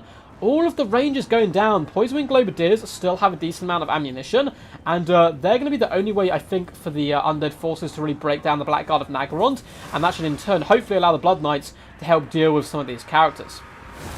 Earthblood's being popped on the Blackguard to try to counteract the Poison Wing Globadier play, but it is doing some pretty nice work here, and the Warlock Giselles are going to have to be sacrificed in combat. Manfred's going to consistently fall back and just spam Spirit Leech. It is 100% what he should do. And the Assassin has rallied. 550 HP isn't too bad at the end of the day. It's kind of the leaders versus the leaderless. I think it is just Manfred von Karstein left here for the forces of EC. And I don't know if they have enough anymore to kill this leadership core. The Blackguard will certainly go down to the Poison Wing Globadier pressure. Lovely zombie summon trying to pin in the K-Knight Assassin. And it looks like the Blackguard will die. Marafi is danger low, which is really, really good news. It means no more Soul Stealers. Although she may be getting one wand off on the Poison Wing Globadiers. Or it may be a Chalice of Potions coming down. Wolf Rats are okay at killing Marafi. She is very lightly armoured at 15. So they should be able to gnaw and chew through her. But unfortunately, they've got pretty pitiful stats. And her stacking debuffs work really good up against these type of units. Marafi does get flung down. Her leadership is starting to waver. Of course, there's a lot of fear on the battlefield as well. And she breaks, which is fantastic news for EC. But do they have enough in the tank? I don't know. There's still Faye, there's still a Paladin, there's still an Assassin. And the Poison Wing Globadiers are 3 volleys and 4 volleys away from being out of ammunition. One good thing, though, is that Manfred is still alive. And those Spirit Leeches really can come in and do some good work. Marafi is going to get killed here. And we still have 88 Graveguard. And what is this unit? Oh, it's zombies. If that was another unit of Graveguard, my god. That would have been a real rough time. Graveguard should do fine in this situation. K-Knight Assassin has buckled. Or is no, he's fine actually. It looks like it was the Warlock Giselles buckling. He's got to get in rather low on HP though. Paladin and Fey Enchantress are still going strong. Marafi does bite the dirt. Manfred tramples over her on his mighty undead steed. Blood Knights whip up and around and come charging back in, looking to try to finish off this K-Knight Assassin, who is, doing okay, just about clinging on. But he's really designed to kill characters, and there's no characters left on the field here. Looks like Poison Wing Globadiers did get shut down momentarily by some peasant mobs who have now been shattered, though it did take more ammunition usage.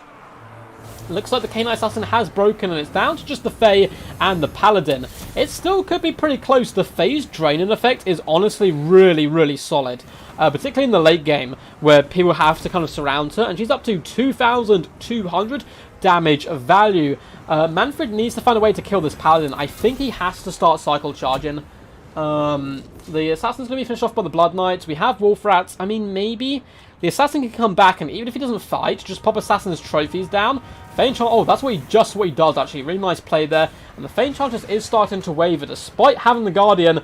It looks like they left the one with Guardian all the way to the end, which is kind of funny. But the forces of EC bite back strong here, sinking their fangs into the necks of Extreme Meme Team. And there's going to be 2 points on the board for them. Well played to these lads. That was a very, very close game. And that was a disgusting hero blob coming in there from Von Karsan and Rider of Rohan. I absolutely love it. And these are the kind of cool tactics you get when you bring in these 2v2s and 3v3s and other kind of fun elements to the game. Quack, what's up, Mr. Blackthorn? Count Morgan, hope you're doing all good, man.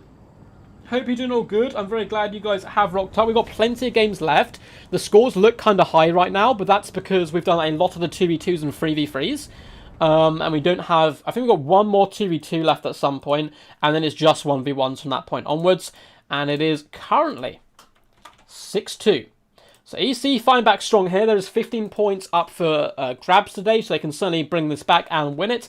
And this was a good start, a good comeback. I am very impressed with both these lads, and I'm straight away going to go for it because I know it's what you guys want to see. Poison Globadiers, 1,700 damage value and 2,424. That is insane. That is insane.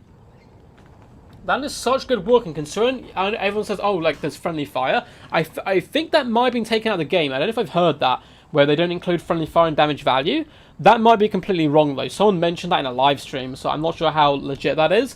But regardless, they were thrown into zombies and Skaven slaves. They got so much work done. 160 and 178 kills.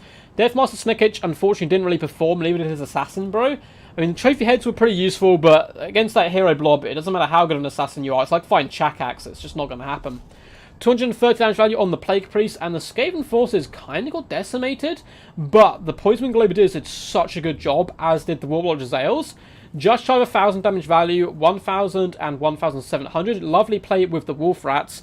Azrael, man, take your hat off and take a nice little bow, bro. You performed amazing. Manfred von Karsan rallying the troops in the end with over 1,000 damage value. Zombies and Skeleton Warriors don't do too much damage value-wise, of course. This unit of Graveguard was basically full health and still got 1,000 damage value. Blood Knights, 2k, 1.8k, 725 on the die pack. Nice stuff. Now, for Mr. Rider of Rohan, really awesome guy, by the way. If you ever meet him on Quick Battles, he's a super friendly dude just to chat to and chill out with, and he's always happy to play games and all that kind of cool stuff. The Glorious Feint Enchantress, 2,329 damage value, 18k damage dealt, and 90 kills. Beautiful work by her. That Mortis engine is very scary. Paladin, 444 damage value. He's really just here for the Guardian. I actually don't think Paladins are that good. I think the Paladin Fey blob only works because of Fey. Like, the Paladins aren't really much to scoff at. They're only really there for the Guardian. Holy Warden's got nice kills, but basically no damage value. And the Archers also got overrun relatively early on. Knights of the Realm tried to tussle with Blood Knights, and yeah, from experience, that does not work. Blood Knights will slaughter Knights of the Realm comfortably. Von Karstein did a really good job there. 2,845 damage value on Marathi. 94 kills. This is really awesome, particularly considering she was also given all those debuffs. She was so powerful. Assassins, one fed pretty poor. The other one, 1,500 damage value, is really solid work. The Blackguard were quite a nice pick as well, adding a bit more stability and meat to this alliance between Bretonnia and Dark Elves. 1,000 damage value and 593. Bolt Throws just got outclassed, I'm afraid, by the Warlock Jezzails and the Spirit Leeches. EC are good guys. They deserve every win they get. Honestly, Clan EC are really awesome. I'm going to contact Green One to see if he wants to do a Clan War with DBD. I played in a best of 7 recently with Green One, and it was such a blast, man. It was so fun. It was really cool. Quack Moo, what's up, Torx the Brass Bull? How are you, man? Yo, Rusty. Got a few more people turning up now. Yeah, I'm not sure what it is, guys. I don't know if, like, you guys can probably answer me. I don't know if people just aren't as interested in the videos I've been doing recently, or they're just not appearing, like, on your recommendations for YouTube, because the last couple of days, like, not just me, like, a load of Total War content creators, I think, 'cause it's happening to Human Boy as well, like, their videos just don't seem to be popping up. It's really bizarre. It's really bizarre. So, I don't know if that is the case. I'm still dropping, like, someone was messaging me, like, oh, hey, when are you going to start uploading videos and stuff? I'm like, I'm doing it still, but I don't know what's happening. But well played to EC and XMT there. That was this game, I believe. So up next, we do have Master Way up in Elfarian Shades. Okay, this is going to be a good fun one. I really like these guys. Both these guys have some really cool play and some really cool builds and styles. So let's very quickly go check. I wanted to check something, but I can't remember what it was now. Oh no, what was I going to check? No. Oh, that was it. Thank you so much, Cat Morgan, coming in with the $5 donation. Thank you, chat man. You're honestly like... Cat Morgan's basically our sugar duck. He's basically our sugar duck. No way, it's been hammered for the last couple of days. It's really bizarre. It's really bizarre. But thank you so much, Cat Morgan. I can't see a message. If a message was attached to it, it doesn't seem to have come through, unfortunately, which is a little bit annoying. But thank you so much. Yeah, honestly, Cat Morgan is like our sugar duck. It is insane. It is insane. It's much appreciated, bud. Much appreciated. We do need to get some games in soon. Our time zones are so messed up. But anyway, let's hop into this one and see how it goes. I'll try not to embarrass myself today. Oh, yeah, Cat Morgan may have... done a donation with an accidental euphemism, which he didn't mean to do. North's going to be chaos. It's going to be pretty rock and roll. Unfortunately, it does seem like it's mainly skirmish cav based, which I'm not blaming the players for. It's just it is the meta right now. I'm just really hoping that skirmish cav gets nerfed soon. I've been speaking to a few people about this. I would be super happy if all skirmish cav lost like 20% of its ammunition, apart from maybe like, you know, one or two exceptions, such as like the Flying Dark Riders and that kind of stuff. But anyway, let's hop into this. So for Norska, we have Horsemen, and Horsemasters, and then more Horsemen, and once again, more Horsemasters. So the max amount of skirmish cavalry, 6, and that should be facing the 6 skirmish cavalry of Chaos, coming in the form of Horsemen and Horsemasters once again. So basically mirroring each other with the skirmish. Up in the skies, we have double Feral Manticore and a Feral Mammoth. Feral Mammoths are actually really good beasts. They've got a surprisingly decent staying power. They've got that 64 leadership, although that is currently a little bit buffed up there. So 55, it's not amazing, but hey, they'll stand around and they dish out a bucket ton of pain. Let's give him a little neck scratch just to let him know he's a cool lad. The battle line will be made up of Marauders and Marauders with great weapons. Not a bad idea whatsoever. They should be able to pierce the thick armor of Chaos in general. We do have a Shaman Sorcerer of Metal with Final Transmutation down here on the ground, and Wolfric the Wanderer riding on his chariot. And this is what I'm talking about. People are finding Wolfric a lot more versatile now than they did before. You don't have to bring on the Mammoth. Being on the horseback's good, being on the foot is good, being on the chariot is very nice as well. It's Hunter Champions and Seafang. For the Warriors of Chaos here today, we do again have all that max skirmish cav, double Feral Manticore up in the skies, but they're certainly going to be able to win the air game because they have a Chaos Sorcerer Lord of Death in the skies now. Chaos Sorcerer Lords are one of those units I absolutely adore. I think they're a very underrated unit, or Lord option. I mean, there's a load of good ones for Chaos. You know, the Ever Watcher, Archaon, Sigvald, Kolek, but the Chaos Sorcerer Lord in the sky, Soulblight, Spirit Leech, and the Dragon, particularly up against a faction like Norska, that's going to allow his Manticores to perform so much better, win the air game, and then start sniping out characters like Wolfric the Wanderer. We do have 2 Chaos Warhounds, and then it's just a very long line of Chaos Warriors. Oh no, it's Chaos Warriors on the flanks, Chaos Marauders and Chaos Marauders with great weapons during the middle. So relatively similar builds. Just off the rip, I think it slightly favours Chaos, maybe? I mean, if they can win the air game, that's going to be crucial, and they have to win it quickly, because the Mammoth and Wolfric on Chariot will definitely win the infantry game for Norska, and Norskan Marauders are actually better than Chaos Marauders. What's up, Grombrindle? How's it going, champ? What's up, Vicious Satsuma? Sonic the Hedgehog as well. Hope you guys are enjoying today. So, it looks like at the moment, both flying forces just eyeing each other up. Skirmish Cav is kind of just bouncing around right now. Going to be throwing javelins at each other and then retreating back to the depths from once they came. Although it looks like a lot of the Chaos ones will start focusing down the Feral Mammoth, which is a pretty good target, as well as Wolfric the Wanderer, before retreating back. There's some good disciplined play here by the EC player. Doesn't want to engage and get any of his Skirmish Cav lost too quickly. And now a load of the javelins will be hitting that Chaos Sorcerer Lord in the sky. The problem with Chaos Dragons, of course, is that you don't have access to healing. There's some big, rather large targets, so skirmish cavalry, archers and so forth can really eviscerate them super quickly. Chaos Warhounds will be hiding in the trees, hoping that the Norscan player forgets about them, and they can dive in to try to clean up routing units in the later stages of the game. Some of the horsemen have been pushed left by the marauders. This is some good play. If you ever do struggle against skirmish cav, just chuck cheap troops at them and try to keep them busy and forced away. The exalted hero. Oh, it's actually exalted heroes in the sky, not Ferromantical. Oh my god, yeah, the air game is definitely won so far by Chaos.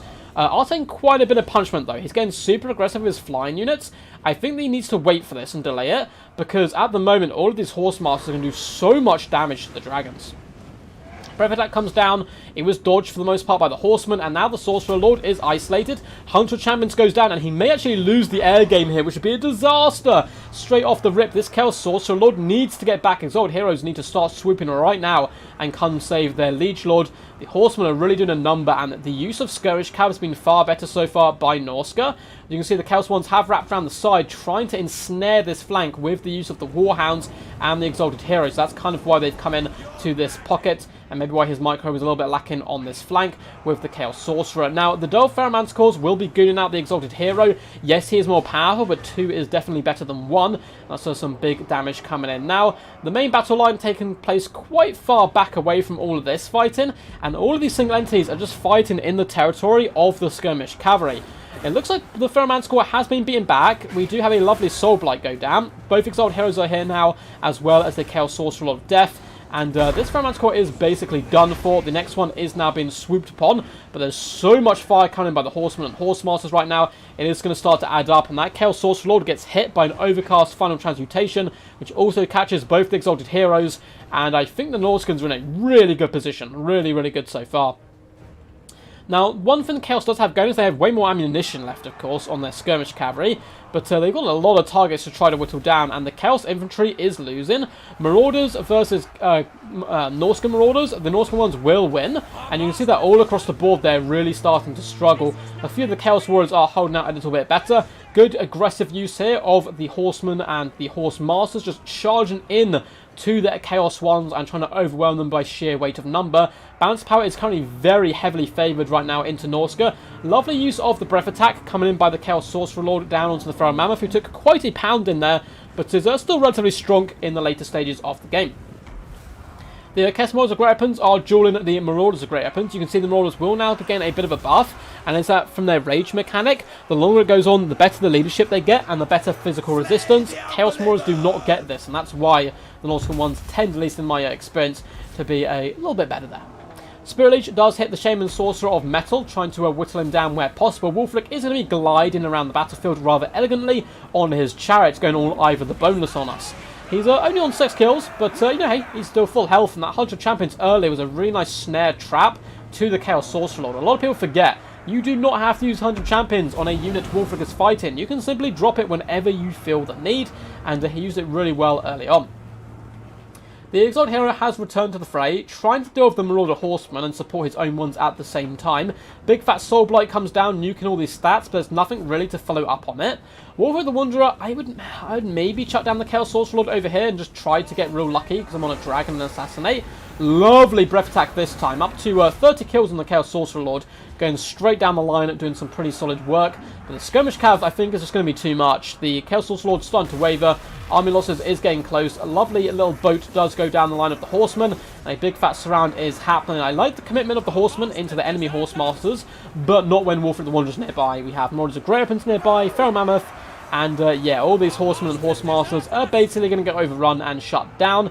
And I think this is going to be a solid Norscan victory. I'm so happy to see Norscan competitive play. Yesterday we had Falcon play with Norska, which is always a treat, and it was an amazing game then as well. Good game here today by both these lads. I really do think fighting over enemy territory with the Double Exiled Hero and the Chaos Sorcerer Lord was a big mistake.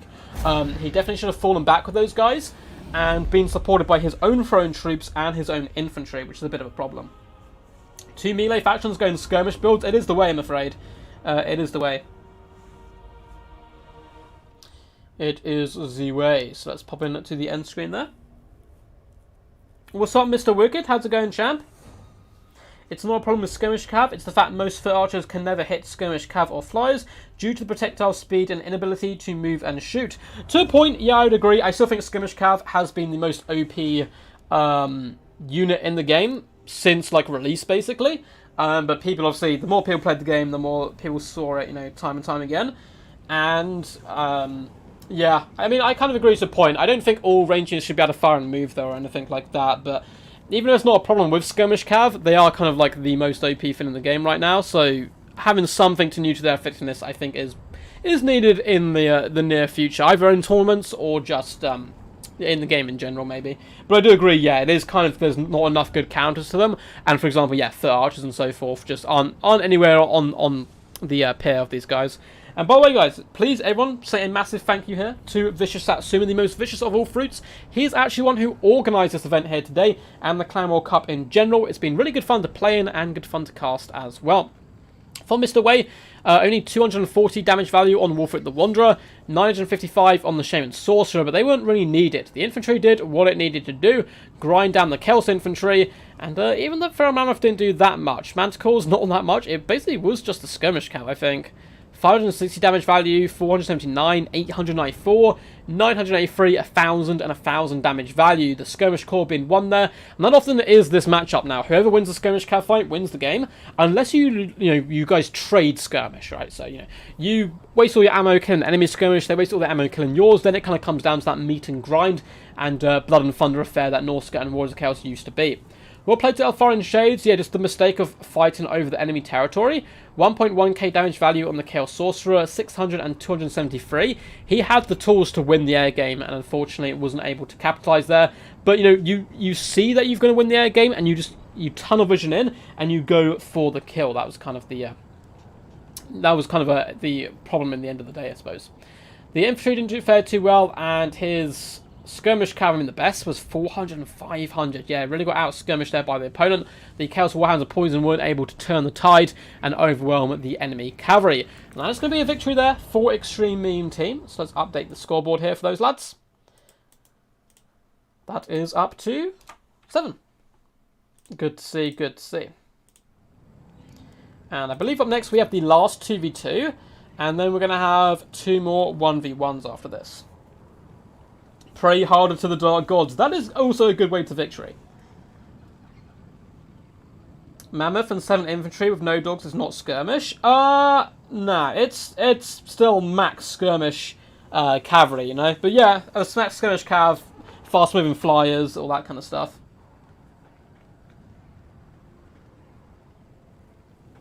Is it EC you're looking for? I love it. Yeah, necessary missile support, but that's what I mean. Like, Nordska basically have to bring 6 skirmish cav in like 90% of matchups now, which is unfortunate. If Marauder Hunters were better, Nordska get away with less skirmish. Marauder Hunters with Javelins are a very powerful unit, but in the right situation. So up next, this is the last 2v2. We have Elfarian Shades once again, teaming up this time with Tu Madre la Suca. Is what I'm going to say. I think I butchered that name. I apologise. I'm going to win Pognabon. Hey, you get way back here, which is always good to see. And Mighty Pognabon as well. And then we have Samurai Warrior, the Chad himself, up against Azrael of Ashtaroth. And then we close out with the Grand Duke up against Ashara Rael. Should be some good fun games. 3 games left to go. So let's hop into this and have some good fun time. Yeah, Ice Wolves are very good for sure. Ice Wolves are a very strong unit. I like them quite a bit. That slur effect is very nice. So we have Vampire Coast and Skaven versus Dwarfs and Vampire Coast. This is just going to be a matter of shoot each other to death, I would think. Now, Vampire Coast is really terrible into Dwarfs unless you just go full Ethereal, which case it's actually pretty decent because you have your Fiery Rings and you have Thoric and you have your Peak Gate Guard, but that's about it for anti-magic damage. So Vampire Coast can actually be a big problem for Dwarfs in general, at least from what I've seen in top tier tournament play. But in general, like, playing quick battles and stuff, it's pretty tough. Before Huntsman, there was more Norsca versus Empire. In theory, since there's no range other than Hellcan and Skirmish Cav, you should be able to go Javelins and screen the Marauders to Chaos Missiles. Yeah, I guess you kind of have to. Yeah, I agree, Black Fawn. I think they're pretty solid and underrated unit all around. But anyway, for the forces of the allies here, so XMT of Skaven and the Vam Pirates, we do have a load of Death Runners. This is a pretty cool build. Oh my god. Full Death Runners. 1, 2, 3, 4, 5, including Vistron's Death Squad, one of the coolest units in the entire game. Look how badass these guys look coming into the battlefield. We do have some more Skaven forces in the form of Poison Globadiers leading the main battle line, and some Skaven Slingers and some Clan Rats in the back, but it's mainly a nice fun thematic kind of bomb rush build with Globadiers as well attached. We do have a Deathmaster Snickage, of course. You cannot have a full Eshin build without the Deathmaster himself. I just love the thematics here of him tying a blade to his tail. It's very cool. And we have a Plague Priest as well, because it's not a Skaven build without some lovely summons. We have a Pestilent Birth, as well as Vermintide as well. So the Plague Monk summon and the basic Clan Rat summon. Good stuff to see. I like this build quite a bit. For their allies, in the Vampires, we have Deckhand Mobs leading the front line, backed up by 1, 2, 3, 4, 5 Sirens. That's some very scary stuff indeed. And up on the high ground, we have a nice little range platform of Gunnery Mobs dotted throughout, as well as a Vampire Fleet Admiral of Vampires bringing a pistol, and double Gunnery White. None of these guys on Crabs, which is pretty interesting. The meta right now is definitely go Crabos, but they can still do a decent amount of long-range pressure and help as well with that ammunition. Razed Invocation Heck shall be the poisons of choice for the Vampire Fleet Admiral.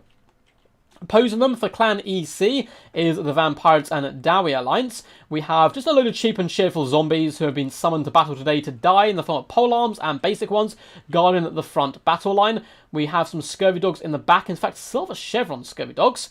We have Deck Gunners, 1, 2, 3. Good to see the Deck Gunners getting out, and they're a pretty powerful unit. We have the Mongol Haunter in the centre of the force, and Foot Count Noculus looking to help protect his bros. It's a full foot 2v2. Frog Ironbrow's even on foot as well, which is surprising. Only coming in with the Rune of Speed. We have Double Master Engineer for the Dwarfs. Their battle line shall be made up of a load of Dwarf Warriors, so relatively cheap on the infantry front, as well as the Warriors Dragonfire Pass and some Slayers. And there's just Quarrelers. Quarrelers, Quarrelers, Quarrelers, Quarrelers, all the way into the sunset, as well as Bugman Rangers to bring the long-range pain. Pretty interested to see how this one goes. I think XMT's build is slightly better designed to kill this unit, or this army, particularly that hidden death squad up in the sky, which the Bugmans need to shoot down, which could of course be big problems. 850 infantry are the best. I don't know what you mean, Way. I'm confused, and my puny little duck brain doesn't get the joke. My puny little duck brain, it doesn't work, Way. Please explain. But the Sirens are currently vibing and chilling. I like the fact that these guys are keeping their heroes and lords together just so they can help protect each other. We've seen a lot of character sniping in these 2v2s and these 3v3s. And this is the last 2v2. After this, we only have best of ones to go. So EC really need to get these points on the board as much as possible. It looks like the Gunnery Whites are shooting down the Deck Gunners, and they'll kill multiple models per shot, which is really useful. The Zombie Pirate Deckhand Mobs are being roasted right now by the Poison Globadiers. However, there shall be some counter skirmish coming in with the Quarrelers, and they should be able to pick apart Poison Globadiers rather easily. They do have 100 armor, but not that high model count, so if you can start doing damage to them, it will really start to add up. And in comes the Assassins, the Death Runners. They've already shut down one unit of Bugmans, and more are on the approach. Dwarf Warriors are trying to get in here to assist, as well as the Mongol Haunters. Slayers don't really want to take this fight. It's not going to be very cost effective for them, but they may be forced to here. They're trying to fall back behind the Dwarf Warrior battle line, who's pinning in the Visceran Death Squad, but the Visceran Death Squad and the Death Runners will win these engagements. Bugman Rangers do manage to fall back. They do, of course, have the ability to sip on a brew and get a little bit of their HP back as well. Deathmaster Snickage has jumped into the cores, and already some of the Dwarf formation has had to crack and buckle here. Nice little flank overload coming in by XMT. Quarrelers are continuing to fall back. Sirens are just bursting through the front line and are looking to jump on the enemy, and there's very limited magic damage potential from this build, so I really do think the Sirens are going to cause quite a few problems here today. We see Quarrelers routing, Bugman's routing, the Death Runners are starting to take a decent amount of damage though. Bugman Rangers are starting to focus them down, and the Warriors Dragonfire Pass are certainly no joke in combat, trading blows rather effectively with the Death Squad, getting less kills, but hey, doing a decent amount of HP damage. More Bugmans are being shot down. Scurvy Dogs have swarmed in to assist and try to protect against the Death Runners. The Death Runners, though, are going about their butcher's work with the skill and craftsmanship of many years of assassinating. Quarrelers continue to rain and fire, however, won't be doing that for too long. Sirens are starting to pour in here, and then cause a load of problems. One Siren unit is already shutting down Quarrelers. The other one, though, is being kept at bay by the polearms. Poison Globadiers have taken some damage, but can certainly push forward. There's some random clouds floating through the battlefield there. The Dwarf Warriors are holding the line against Sirens. They'll do that for a decent time. Of course, Sirens do magic damage, but it's still a bit of a pain to take down this many Sirens. The Vampire Fleet Admiral is moving in for the kill, looking to hunt down Thoric Ironbrow. And looks like the Master Engineers were swamped by zombies for a little while. They've escaped that for now, but then all of a sudden, boom, another zombie summon comes into play. The Mongol Haunter trying to protect Thoric Ironbrow where possible. Vampire Fleet Admiral does some pretty decent armor piercing, I believe, with that pistol, and it's starting to weigh quite heavily on Thoric's Ironbrow there, as he's taking quite a bit of damage. Poison Globadiers have pushed up. It looks like the Death Runners are all but spent. They've taken a load of firepower right now, and aren't enjoying themselves too much. Dogs do hop on top of them and are starting to drag them down rather nicely. Dogs up to 18 kills so far. Mongol Haunter's trying its best here. Deathmaster Snickage is just absorbing that damage. Count Noculus is trying to drag him down as well, with the Clan Rats pushing forward to try to seal the deal there. We do have Skaven Slaves pouring shots in. A load of the Quarrelers and Buckmans have rallied in the back, and they have decent support with Rallying Dwarf Warriors and the Scurvy Dogs, trying to create a bit of a death pit here. You see they've got a nice surround of ranged units, but the Sirens are very healthy still, and they're now pouring down and once again shutting down all the Quarrelers and Bugman Rangers. Bounce power is very healthy in XMT's favour right now. Thoric Ironbrow is just stranded in the middle of the battlefield, and it looks like we have a big fight down here in the centre. Count Noculus versus the Vampire Fleet Admiral. It's going to be a pretty interesting fight, and all of the Scurvy Dogs go down there due to these pesky Gunnery Whites. Mongol Haunter is currently haunting the Plague Priest, looking to bring it down, though Bugman Rangers are nearby to support. Count Noculus is actually losing, it seems, to this Vampire Fleet Admiral, who has popped Opal Amulet, giving that 20% damage resistance, which is always quite nice. And at the end of the day, she's still a decent duelist, although Count Noculus is very tanky and will probably win this if it is a one-on-one fight. But the Master Engineer has been shut down as well. A lot of the range potential for XMT in the form of the Poison Globadiers and the Guy Mobs is still active, where the majority of the Quarrelers are kind of in the periphery of the battlefield. They're running for their lives and being shut down here by a mixture of Death Runners, Scurvy Dogs, and Sirens. Some Sirens are getting a bit low, but 1, 2, 3, 4 units still, or 5 units in fact I believe, still remain on the battlefield, and that's really, really rough. Thoric Ironbrow is feeling what it's like to play against the Dwarves and has been getting shot to pieces right now by those pesky Gunnery Mobs and Poison Globadiers. It looks like he's just driving forward, looking to try to add a few more kills and go out like an absolute champ.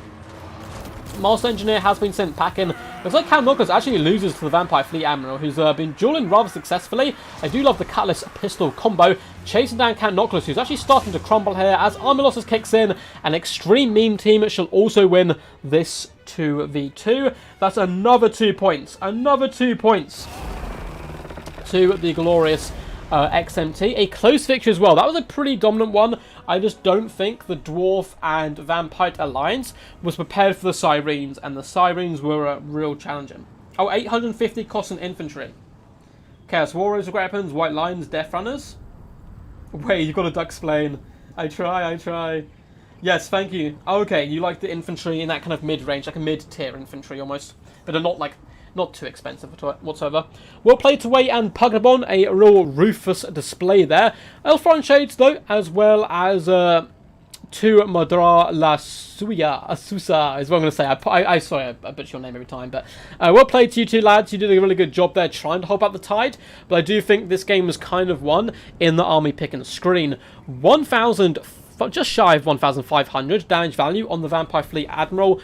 Dueling Count Noculus at the end rather effectively was probably supported by the Gunnery Whites, who both got 800 damage value apiece. The foot troops didn't do much, but the Sirens, 480 damage value, 700, 260, 270, and 1,000. It doesn't seem insane, but how healthy they were at the end, the amount of harass they do, the amount of swamping they do, it really can be quite problematic, and the guns didn't get in the action until the later stages of the game. As for Pugnabon, unfortunately, I didn't really follow Deathmaster Snickage around. I wish I did, because it looks like he did a pretty good job. 1,289 damage value. Really good work there by the champ. Plague Priest, unfortunately, only 430. The Death Runners, 1,300 damage value, 865, 832, 878, and 925. Pretty good work. The Poison Globadiers, 500 damage value, 300 and 987 apiece. Was okay work, but at the end of the day, they'd already kind of crunched the main punch power, which was those Quarrelers, and that allowed the rest of the build to really get in there and dish out the pain. For the VP forces, Cannoculus 500 damage value, 925 on the Haunter. Of course, the infantry gets okay kills because it's fighting other zombies and Skaven, but not too much damage value, and he was unable to protect this back line, and the deck gunners did not pay for themselves at all, and that was a big problem. Scodogs did relatively okay. As for Elfron Shades, Thoric, I almost always recommend bringing him on his chair. I think he's just so much better there. Only 270 damage value. The Engineers 310 and 650. And yeah, across the board, the other units just did not fare well. That sneaky flank overload coming in by Pugnabon ends up being a little bit too much there. And XMT will be taking those 2 points. So let's update there. Boop. They are up to 9, which does mean Extreme Meme Team, Team 2, do take this game, which means they still have a chance of qualifying for the next round. I believe the top two teams of these groups go through, I think, off the top of my head, that's how it works. We'll have to wait and see, though, if that is, what happens at the end of the day. In which case, so they have to face Extreme Meme Team's first team, and Extreme Meme Team's first team have been on some wild form, for sure. Some wild stuff.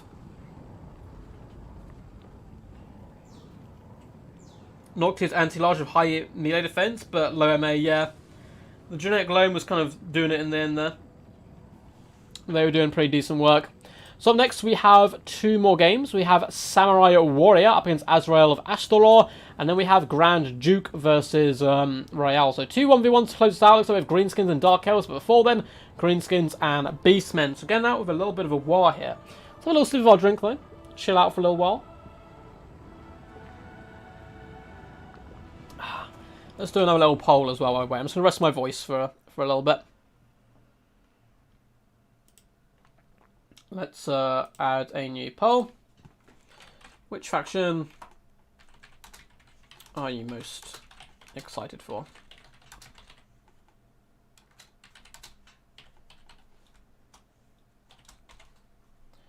So let's add up some of these. Oh no, I'm out of muffins. No, Duros!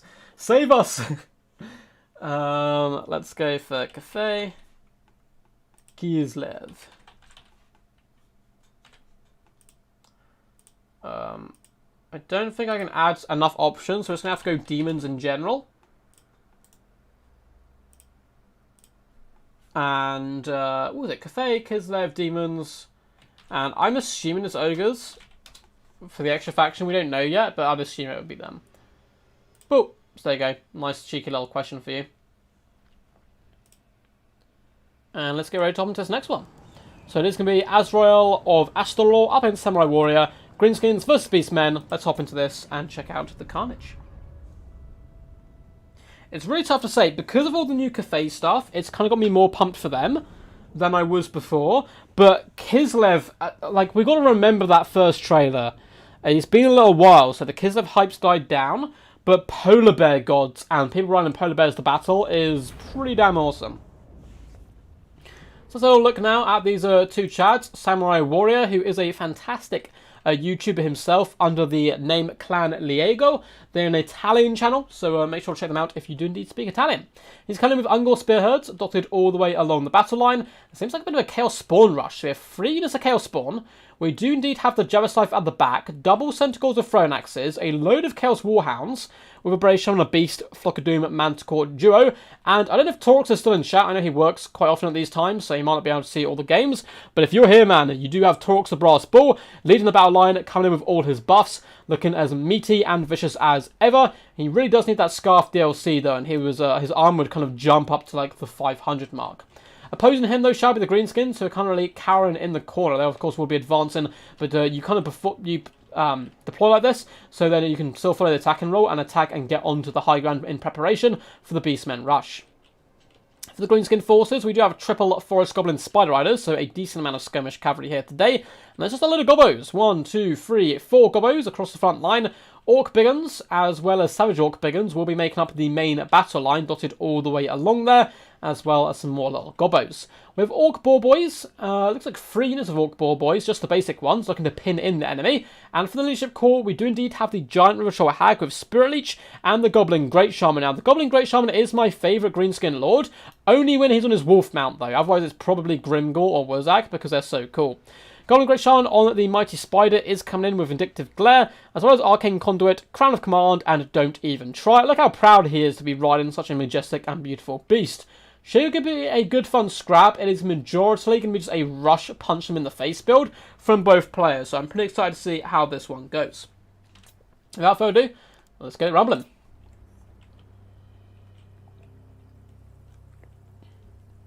So the Beastmen are going to be doing a slow push here, likewise are the Greenskins. Just slowly and ponderously. Look how slow they're walking. My god, they're in march mode right now. And over they start to move up a little bit more to get onto this high ground.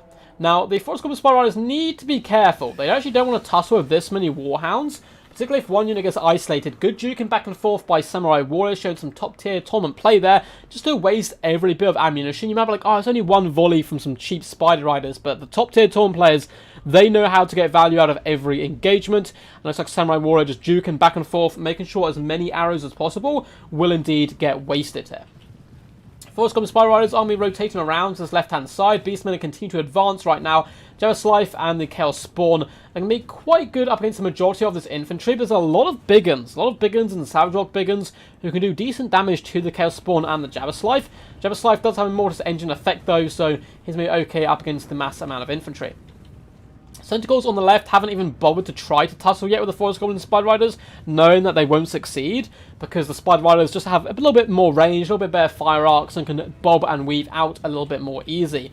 Chaos Warhounds of Poison are going to be advancing and then once again falling back, just waiting and buying time for the rest of the Beastmen force to really try to push up. Now they are going to have to fight uphill and engage with the Greenskins. Looks like the Greenskins have become a little bit more cunning as the years have gone on, rather than just bomb rushing forward yelling war. They're taking the high ground. I'm sure they've captured Obi-Wan somewhere and are torturing him for his Jedi secrets. Gobos do advance.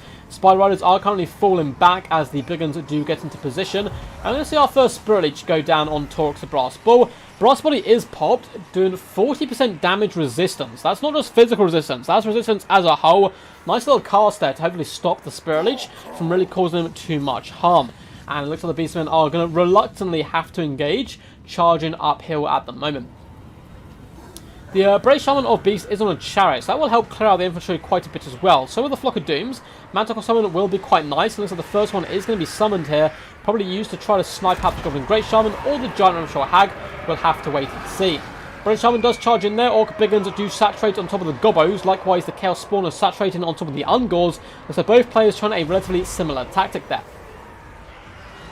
Javaslife instantly goes after the Goblin Great Shaman. The Goblin Great Shaman will actually probably win that. It's anti-large. But there's the support here of the Chaos Spawn, so he rather wisely decides, you know what, I'm going to fall back and retreat. Would love to see some Vindictive Glares go into the Javaslife to try to deal with him.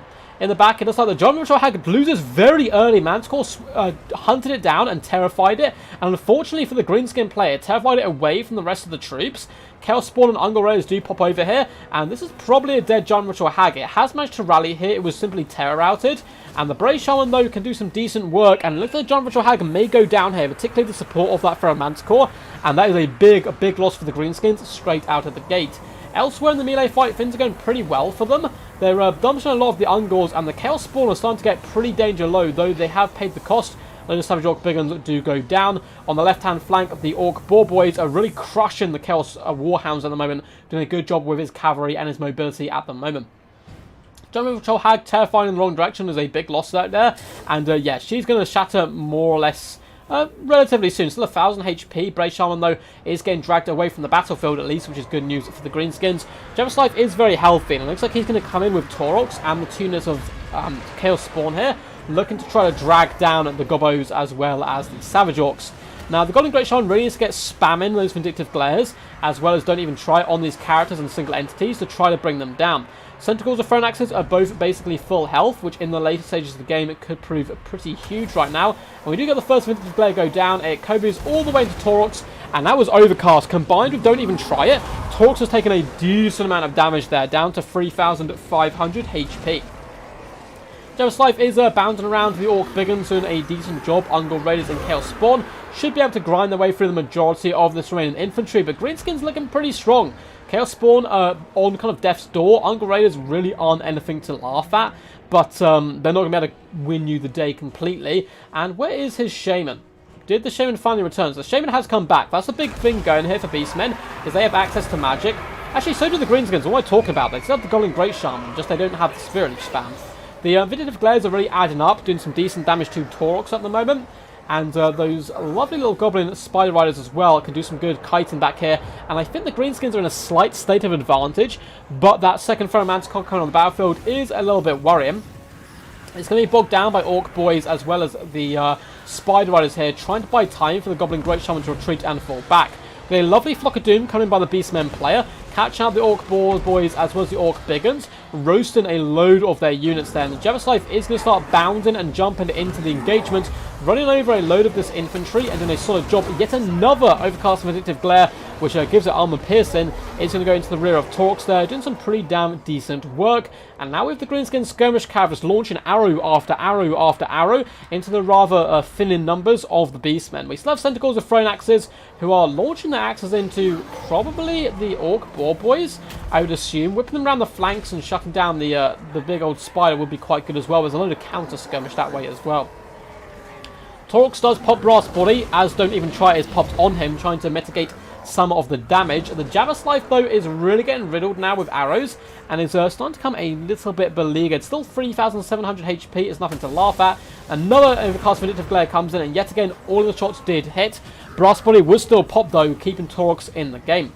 The Brave Shaman is trying his little heart out here. Flock of Doom goes down on the Savage Orc Biggins as the Centaurs charge in. Lovely overload there from the Beastmen player, breaking that unit rather effectively and quickly. Balance power is dead even. A lot of the Spider Eyes are starting to run out of ammunition, and if they run out of ammo, the Javaslith might be too much of a threat to take down, particularly if Taurox helps support it, because the Goblin Great Shaman could do good work against the Javaslith. Not much else here can, apart from the archers, although this unit of Skirmish Cav still has 16 volleys left. That's pretty damn scary. Orc Boar Boys have been terrified. Yet another Vindictive Glare goes down on Taurox Brass Boys, down to 750 HP. Goblin Great Shaman's probably got some fantastic damage value done today. Orc Boar Boys trying to pin in the Centaurs and hold them back. The War is going to be buffing up their stats. 47 melee attack is no joke, but they are hit by a Flock of Doom. Javaslith and Taurox decide, you know what, we have to go for this. I'm not going to win this game in a long grind anymore. We have to kill the Goblin Great Shaman. War is kind of popped on him though, so he's a bit of a beast. Taurox just about clinging onto life, fueled by his hatred of this Goblin Great Shaman, who's popped him so many times in the dome with those Vindictive Glares. Centaurs Thrown Axes are trying to commit to the fight as well and overwhelm the Orc Boar Boys, doing a decent job in that take. And man, oh man, is this a close game. Look at this, there's like nothing else on the battlefield. There is some gobos in the distance, but they're only basically, goblins. Fat Vindictive Glare does come down, and this time not all the beams connect. Some of them are hitting the hill here and the other Beastmen troops, but Taurox does go down to 300 HP, and he may well lose his leadership. And I think EC are going to get yet another point here, as the Javaslith does charge in, but the Goblin Great Shaman, MVP for sure for me, up to 1.8k damage value, and there's actually dueling the Javaslith and Taurox once again. This could be a big turning point. If this Brave Shaman can whip around and charge into the rear of the Goblin Great Shaman, maybe there's hope. But Taurox goes down, still the Javaslith fights on. This is a crucial moment because the majority of the Greenskin forces are broken and running for their lives. Balance power is in favour of the Greenskins, but I don't know for how much longer. So the Goblin Great Shaman pops Crown of Command, keeping it in action, and the Javaslith is forced back, as is the Beastmen. That was a hell of an attempted fight back there. They nearly killed the Goblin Great Shaman. Lovely clutch play there, coming in by the Greenskins and the Crown of Command. Now, Centaurs of Phalanxes have returned.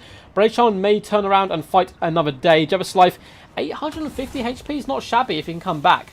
Vindictive Glare does come down and does some massive damage to the Brave Shaman, which unfortunately for the Beastman player probably means that he's not realistically going to return to the battlefield. Forest Goblins will finish off the Centaurs, and Orc Boys are catching the other units. I think that is going to be GG. Javaslith has returned, but just more Vindictive Glare spam will probably come down from the Goblin Great Shaman to finish us off, at least I would assume. Centaurs are doing okay damage to the Orc Boar Boys, continue to fall back here, so not doing too much work, and the Orc Boar Boys have now been finished off. Javaslith does not have regeneration, I don't think. I believe that is just the Gorgon with its kind of hunger to eat them. Yeah, no regeneration, which is a bit sad. The Brave Shaman comeback would be huge. The leadership is currently -14. That last pass in Vindictive Glare is a big shame, because coming in and just attacking with the Javaslith might be enough for some lucky RNG to break this Goblin Shaman. Look at his leadership. It's like halfway. He's sustained so much damage. He's not actually looking that healthy right now. And these Orc Biggins are a little isolated. Get the Joust Life in here. Get the Centaurs charging into their rear. You can break off this unit. And it would leave the Goblin very isolated and alone. There still is these Forest Goblin Spider Rider Archers who are a big pain. But again, their leadership is always close to buckling. They should be able to finish off the Bray Shan at least. The Golden Great Shaman is in two minds. He doesn't know which way to go. Orc Biggins have been finished off. I don't know which way this is going to go. I don't know which way this is going to go. I was like, oh, this is a... Yeah, the Greenskins have won this. I think Armidos might kick in and win it for him. Yeah, Joust Life is, gets hit by another glare then, does go down. Okay, that is GG's. Really good play by both those players. A valiant defeat for sure. That was so close. The Slabber Jabber. The Slabber Jabber did pretty decent work. 186 kills, 1,813 damage value, 16k damage dealt, and the Centicles of Throne Axes both getting about 1,000 damage value. Really good play by Samurai Warrior, 1,200 on Torx Brass Bull, 1.2 on the Bray Shaman. A beautiful early snipe on the Giant Rebel Troll Hag. Unfortunately, the Chaos Spawn kind of just got chewed up. There was so many Biggins and Savage Orc Biggins that they couldn't really get their value, unfortunately. Warhounds as well really struggled to win the skirmish game. And well played to Azrael of Astoror. Let's check through the Goblin Great Shaman, who was the MVP for me. Really helped drag down Torx with those vindictive glares, and is a big nuisance and a rather tanky foe indeed. 2,513 damage value. Get out of the way, Grom. There's another Gobbo in town. The Mighty Giant Troll Hag, only 270. Again, beautiful snipe by Samurai early on. He was in such a good position, sniping him out, but at the end of the day, the Golden Great Shaman, the Skirmish Cav as well, been able to use up a lot of his ammo. 700 value, 400, 400. I love this pick by the Orc Boar Boys. 1,000 damage value, 642 and 367. And the Savage Orc Biggins, all close to 1,000 damage value. 1,100, 960, 866. Is a really solid performance across the board. This other standout unit was this unit of Orc Biggins with 114 kills and 900 damage value. So that is going to give a point there. Back to the Mighty Clan EC. Boop. And there we go. That is up to 3. Good stuff, good stuff, good stuff. And we have one game left, guys. One game left. Who's your money on here? Tear out in the late game, the King, for sure. Yeah, that Master Crown was amazing. Basically, Vindictive Glare won this game. It felt really bad to lose this way. Oh, what's up, Samurai Warrior? I was actually talking about Clan Viego earlier on. I'm going to do something while you're here. I'm going to do something while you're here. To cheer you up, because I understand. Oh, sorry, I just received a message from Black Fawn. I will reply to that, Black Fawn, but I will, I'm actually kind of doing what you were suggesting as well, to a point. So, Samurai Warrior, it's about time. I don't know why I've done this before. I'm going to add you as a moderator, so you can finally pit Clan Viego as well. A link to your channel in my chats when you do appear. But you played really good, man. Honestly, you put up a good fight. It is tough, though, losing to Vindictive Glare. It's such a powerful spell, despite the fact it did indeed receive, well, not a nerf, it kind of more sideways. It's better against more armoured foes now, with that overcast, rather than just being used to snipe enemy casters and so forth. But it's still, you know, decent at doing that. Jabbers are a super cool add to the Beastman roster. 100% agree, Blackthorn. 100% agree. So up next, let's go to this last game. Up to the last game, the Grand Duke of Nara. I don't know if I know the Grand Duke of Nara. I don't know if they're playing under a different name. Against Ashera Riel, who did play, I believe, earlier on in some of the 2v2s and 3v3s and stuff. It is Greenskins. Unfortunately, we're seeing Grom this time. But, you know, you can't have everything. No, I'm too rusty to play decent. Appreciate it anyways. Man, Samurai, I feel your pain, man. Playing in tournaments at the moment, like, ugh. But I still enjoy playing, yeah. Still enjoy playing them. So, for the forces of the Greenskins here today, good night. No worries, Mazzo. Catch you later, man. Hopefully you did indeed enjoy. For the forces of the Mighty Greenskins here, we have a Bo-Katan. So this is more a traditional Greenskin approach. Forest Goblin Spider Rider Archers and Golden Wolf Riders and Death Creepers. Morgul's Major Marauders are probably hiding somewhere. A load of Skirmish Cavalry backed up by some Forest Goblin Spider Riders. We do have the glorious Glom the Porch, leading the battle line here today. Coming with Lucky Banner, the Great is here, as well as a Language of the Boys. Pretty cool stuff for sure.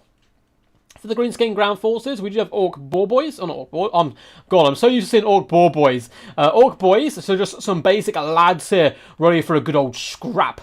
1, 2, 3, 4 units dotted along the main battle line, backed up by some Savage Orcs, not Savage Orc Big Uns this time, and it's the traditional Night Goblin Shaman Vindictive Glare, Spirit Leech, Giant Troll Hag style approach.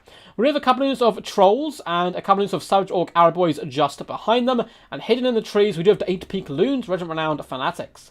For the forces of the Dark Elves, we have some nice, fast, mobile skirmish contingents. We have 4 units, it would seem, of Dark Riders with repeater crossbows. I do prefer Scourge Chariots, but actually has both, so I like this combo quite a bit. And a couple of Scourge Chariots, backed up by a load of Dark Riders. So a very fast, mobile Dark Elf build for the most part.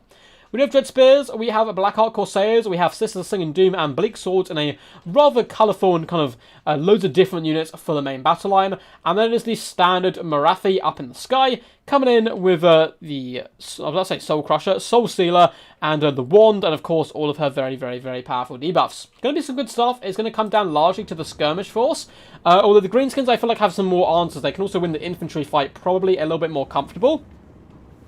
Sisters of Singing Doom are going to be a little bit annoying, but apart from that, the Greenskins should overwhelm the infantry fight, you would think. I made some more muffins? Oh, hell yeah. Are you talking about, like, sweet muffins or savoury muffins? Because you can also get savoury muffins, you know, where you, like, warm them up, put bread on jam on them and stuff. The Scourge Runner Chariot does get hit by an upgrade, God, you can tell I've been streaming for a while, my voice starts to die and my mind forms to a kind of gooey mush.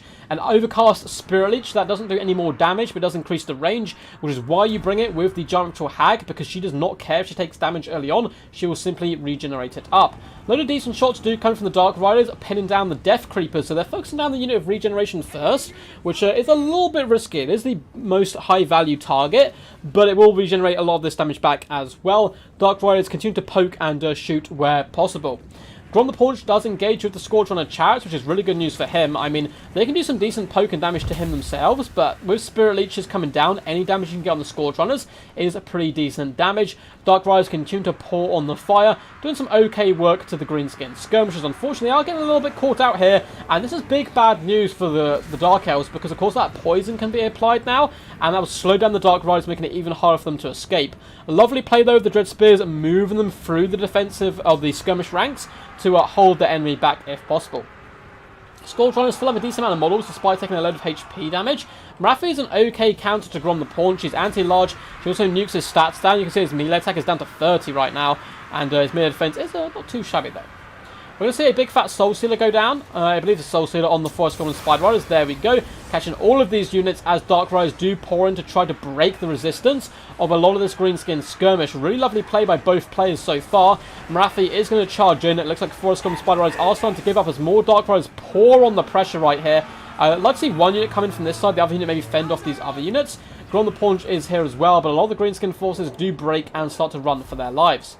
Dark Riders are trying their best up against the Trolls. The Sisters of Singing Doom unfortunately getting eviscerated by the Savage Orc Arrow Boys. That's really, really bad news for the Dark Elves. Trolls have punched their way through the front line. Savage Orc Arrow Boys are now finally being shut down by the Blackheart Corsairs, who are good at this, but not before those Sisters of Singing Doom really did bite the bullet. That is their weakness. Only 5 armor means, you know, any arrow really can dent them, even if it's a rather inaccurate orcish arrow. Dark Riders are engaged in combat with their crossbow counterparts and the Scourge Runner Chariots, which normally be an okay engagement here, but Grom the Paunch is nearby, doing some pretty decent work, although Dark Riders repair crossbows are also firing into the mists. Dark Riders did manage to escape with their lives, do some decent damage, but a load of the Greenskin troops have also rallied in the distance here, and now are starting to rotate and come back once more. Morathi does get hit by Spirit Leech, but she brings down a lovely wand onto the Forest Goblin Spider Riders there, breaking them, and now is going in for the kill on Grom the Paunch. She comes in with a Soul Stealer, what is currently active, however, buffing up Grom's stats. Morathi's trying her best. She has been slowed, though, and is now trying to take on the Giant Troll Hag and Grom. Lucky Banner does go down just as Grom's leadership was starting to waver and fall. Dark Riders probably want to continue to pour on the damage right now. Despite the Lucky Banner being popped, just try to break Grom and chase him off with Morathi, and that's just what he does. Grom is running for his life right now, and Morathi can simply detach from the main fight and finish him, but that will mean Morathi can't fight in the main battle line for quite some time. Blackheart Corsairs are doing a decent job. The 8-pick loons, though, do swing some of those crazed lunatics through them. Bleak Swords are also pushing it into the back line. They need to shut down these Savage Orc Arrow Boys before they do too much damage. And the Giant Ritual Hag has now also been finished off. I love this play by the Dark Elves. Keep Marathi in the fight, detach a beat-up unit of Dark Riders, and get them to assist Grom off the edge of the battlefield. Dark Riders have done a good job all day, and it looks like this battle is going really heavily in the Dark Elf favour, as all of their leadership is running for its life. Giant Ritual Hag has been shattered, the Night Goblin Shaman is running for its life, and Grom the Paunch, there is no way he's going to return. The Dark Elf player would be a fool to let him come back into the fight.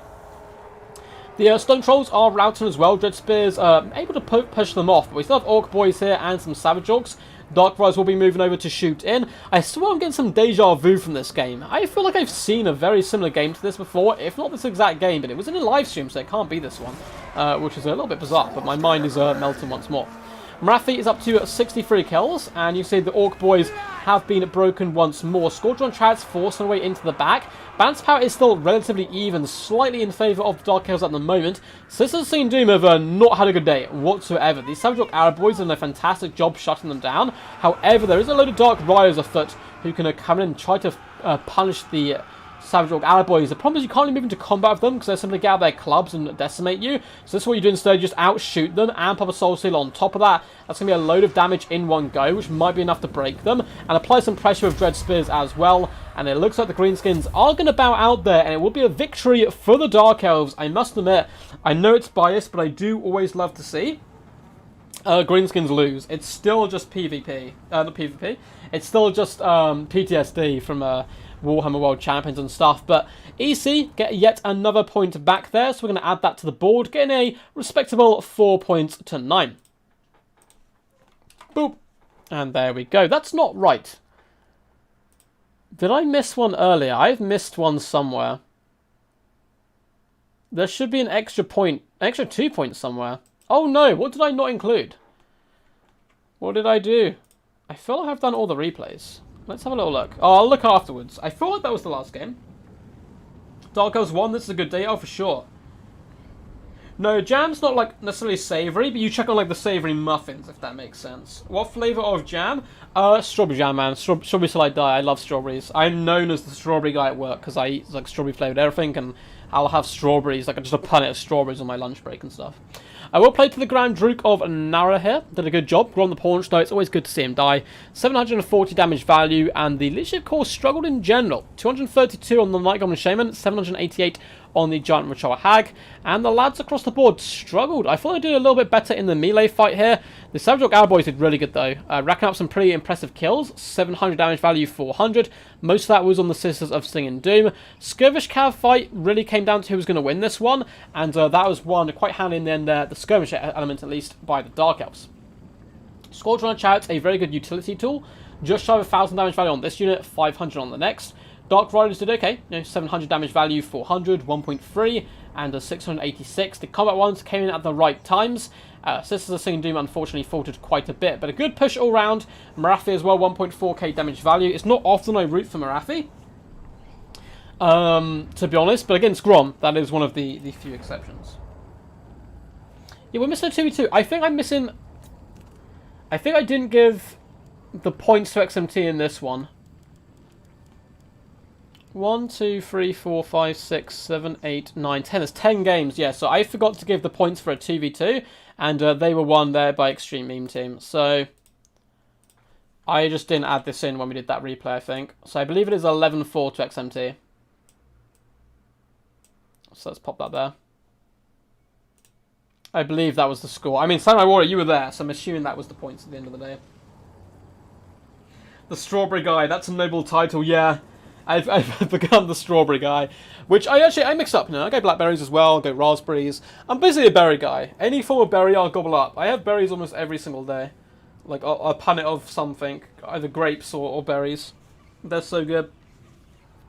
Well guys, thank you for tuning in. It's been a pretty awesome stream. If you did indeed enjoy, make sure to leave a thumbs up, subscribe and all that cool stuff. We're going on a little raid now. I thank you guys for tuning in and supporting. Yeah, I don't know what's going on with YouTube. It's really bizarre. Like the last couple of days, like I think it's mine and I think Human Boy was saying it as well. All of the content stuff's like down massively. I don't know why. I don't know if YouTube's just not pushing it or something. It's bizarre. Yeah, you want to learn 4? Yeah, it was just my mistake there. So looks like you guys are mostly decided for demons. That might be because, of course, that's 4 factions in one. So 36% said demons are going to be the most exciting faction. 29 said Cathay, 23 Kislev, and 10 ogres. I don't know what I'm most excited for. Cathay, yeah, kind of the same with you guys. Although Zinch, of course, do indeed have my heart. Thanks for the stream. No worries. Let's go on a cheeky raid and see who's streaming. Beep, beep, beep, beep. I do not believe Turn is streaming. Let's have a little look. Warhammer. Is Human Boy streaming? No, it looks like we're like the only people streaming right now. This is so bizarre. Ah, there's like no one streaming. Total War. At all. What is going on? That's what I'm talking about. Total War seems to be in a weird situation the last few days. Well, oh, Mercy the Mad streaming. Perfect. I'll send you over to Mercy. Feel free to quack and say hello to him. He's a really nice guy. So, boop. I'll send you over to him. Feel free to go and give him a cheeky little raid. Say hello, say quack, say that I sent you. And yeah, we'll be back next week with some streams. Hopefully Monday we'll be doing more streams again next week, now that I've started to recover from my cold a little bit better. So until then, guys, I will be doing another video later today. Probably drop it about 10 PM, so in 2 hours. Or I might just drop it now. I don't know. I might just drop it now. Cool. I'm going to be dropping a video straight now. So if you guys aren't done with my player action, I'm going to be dropping a video in about 10 minutes or something like that. And yeah, until next time, peace. And as always, stay awesome.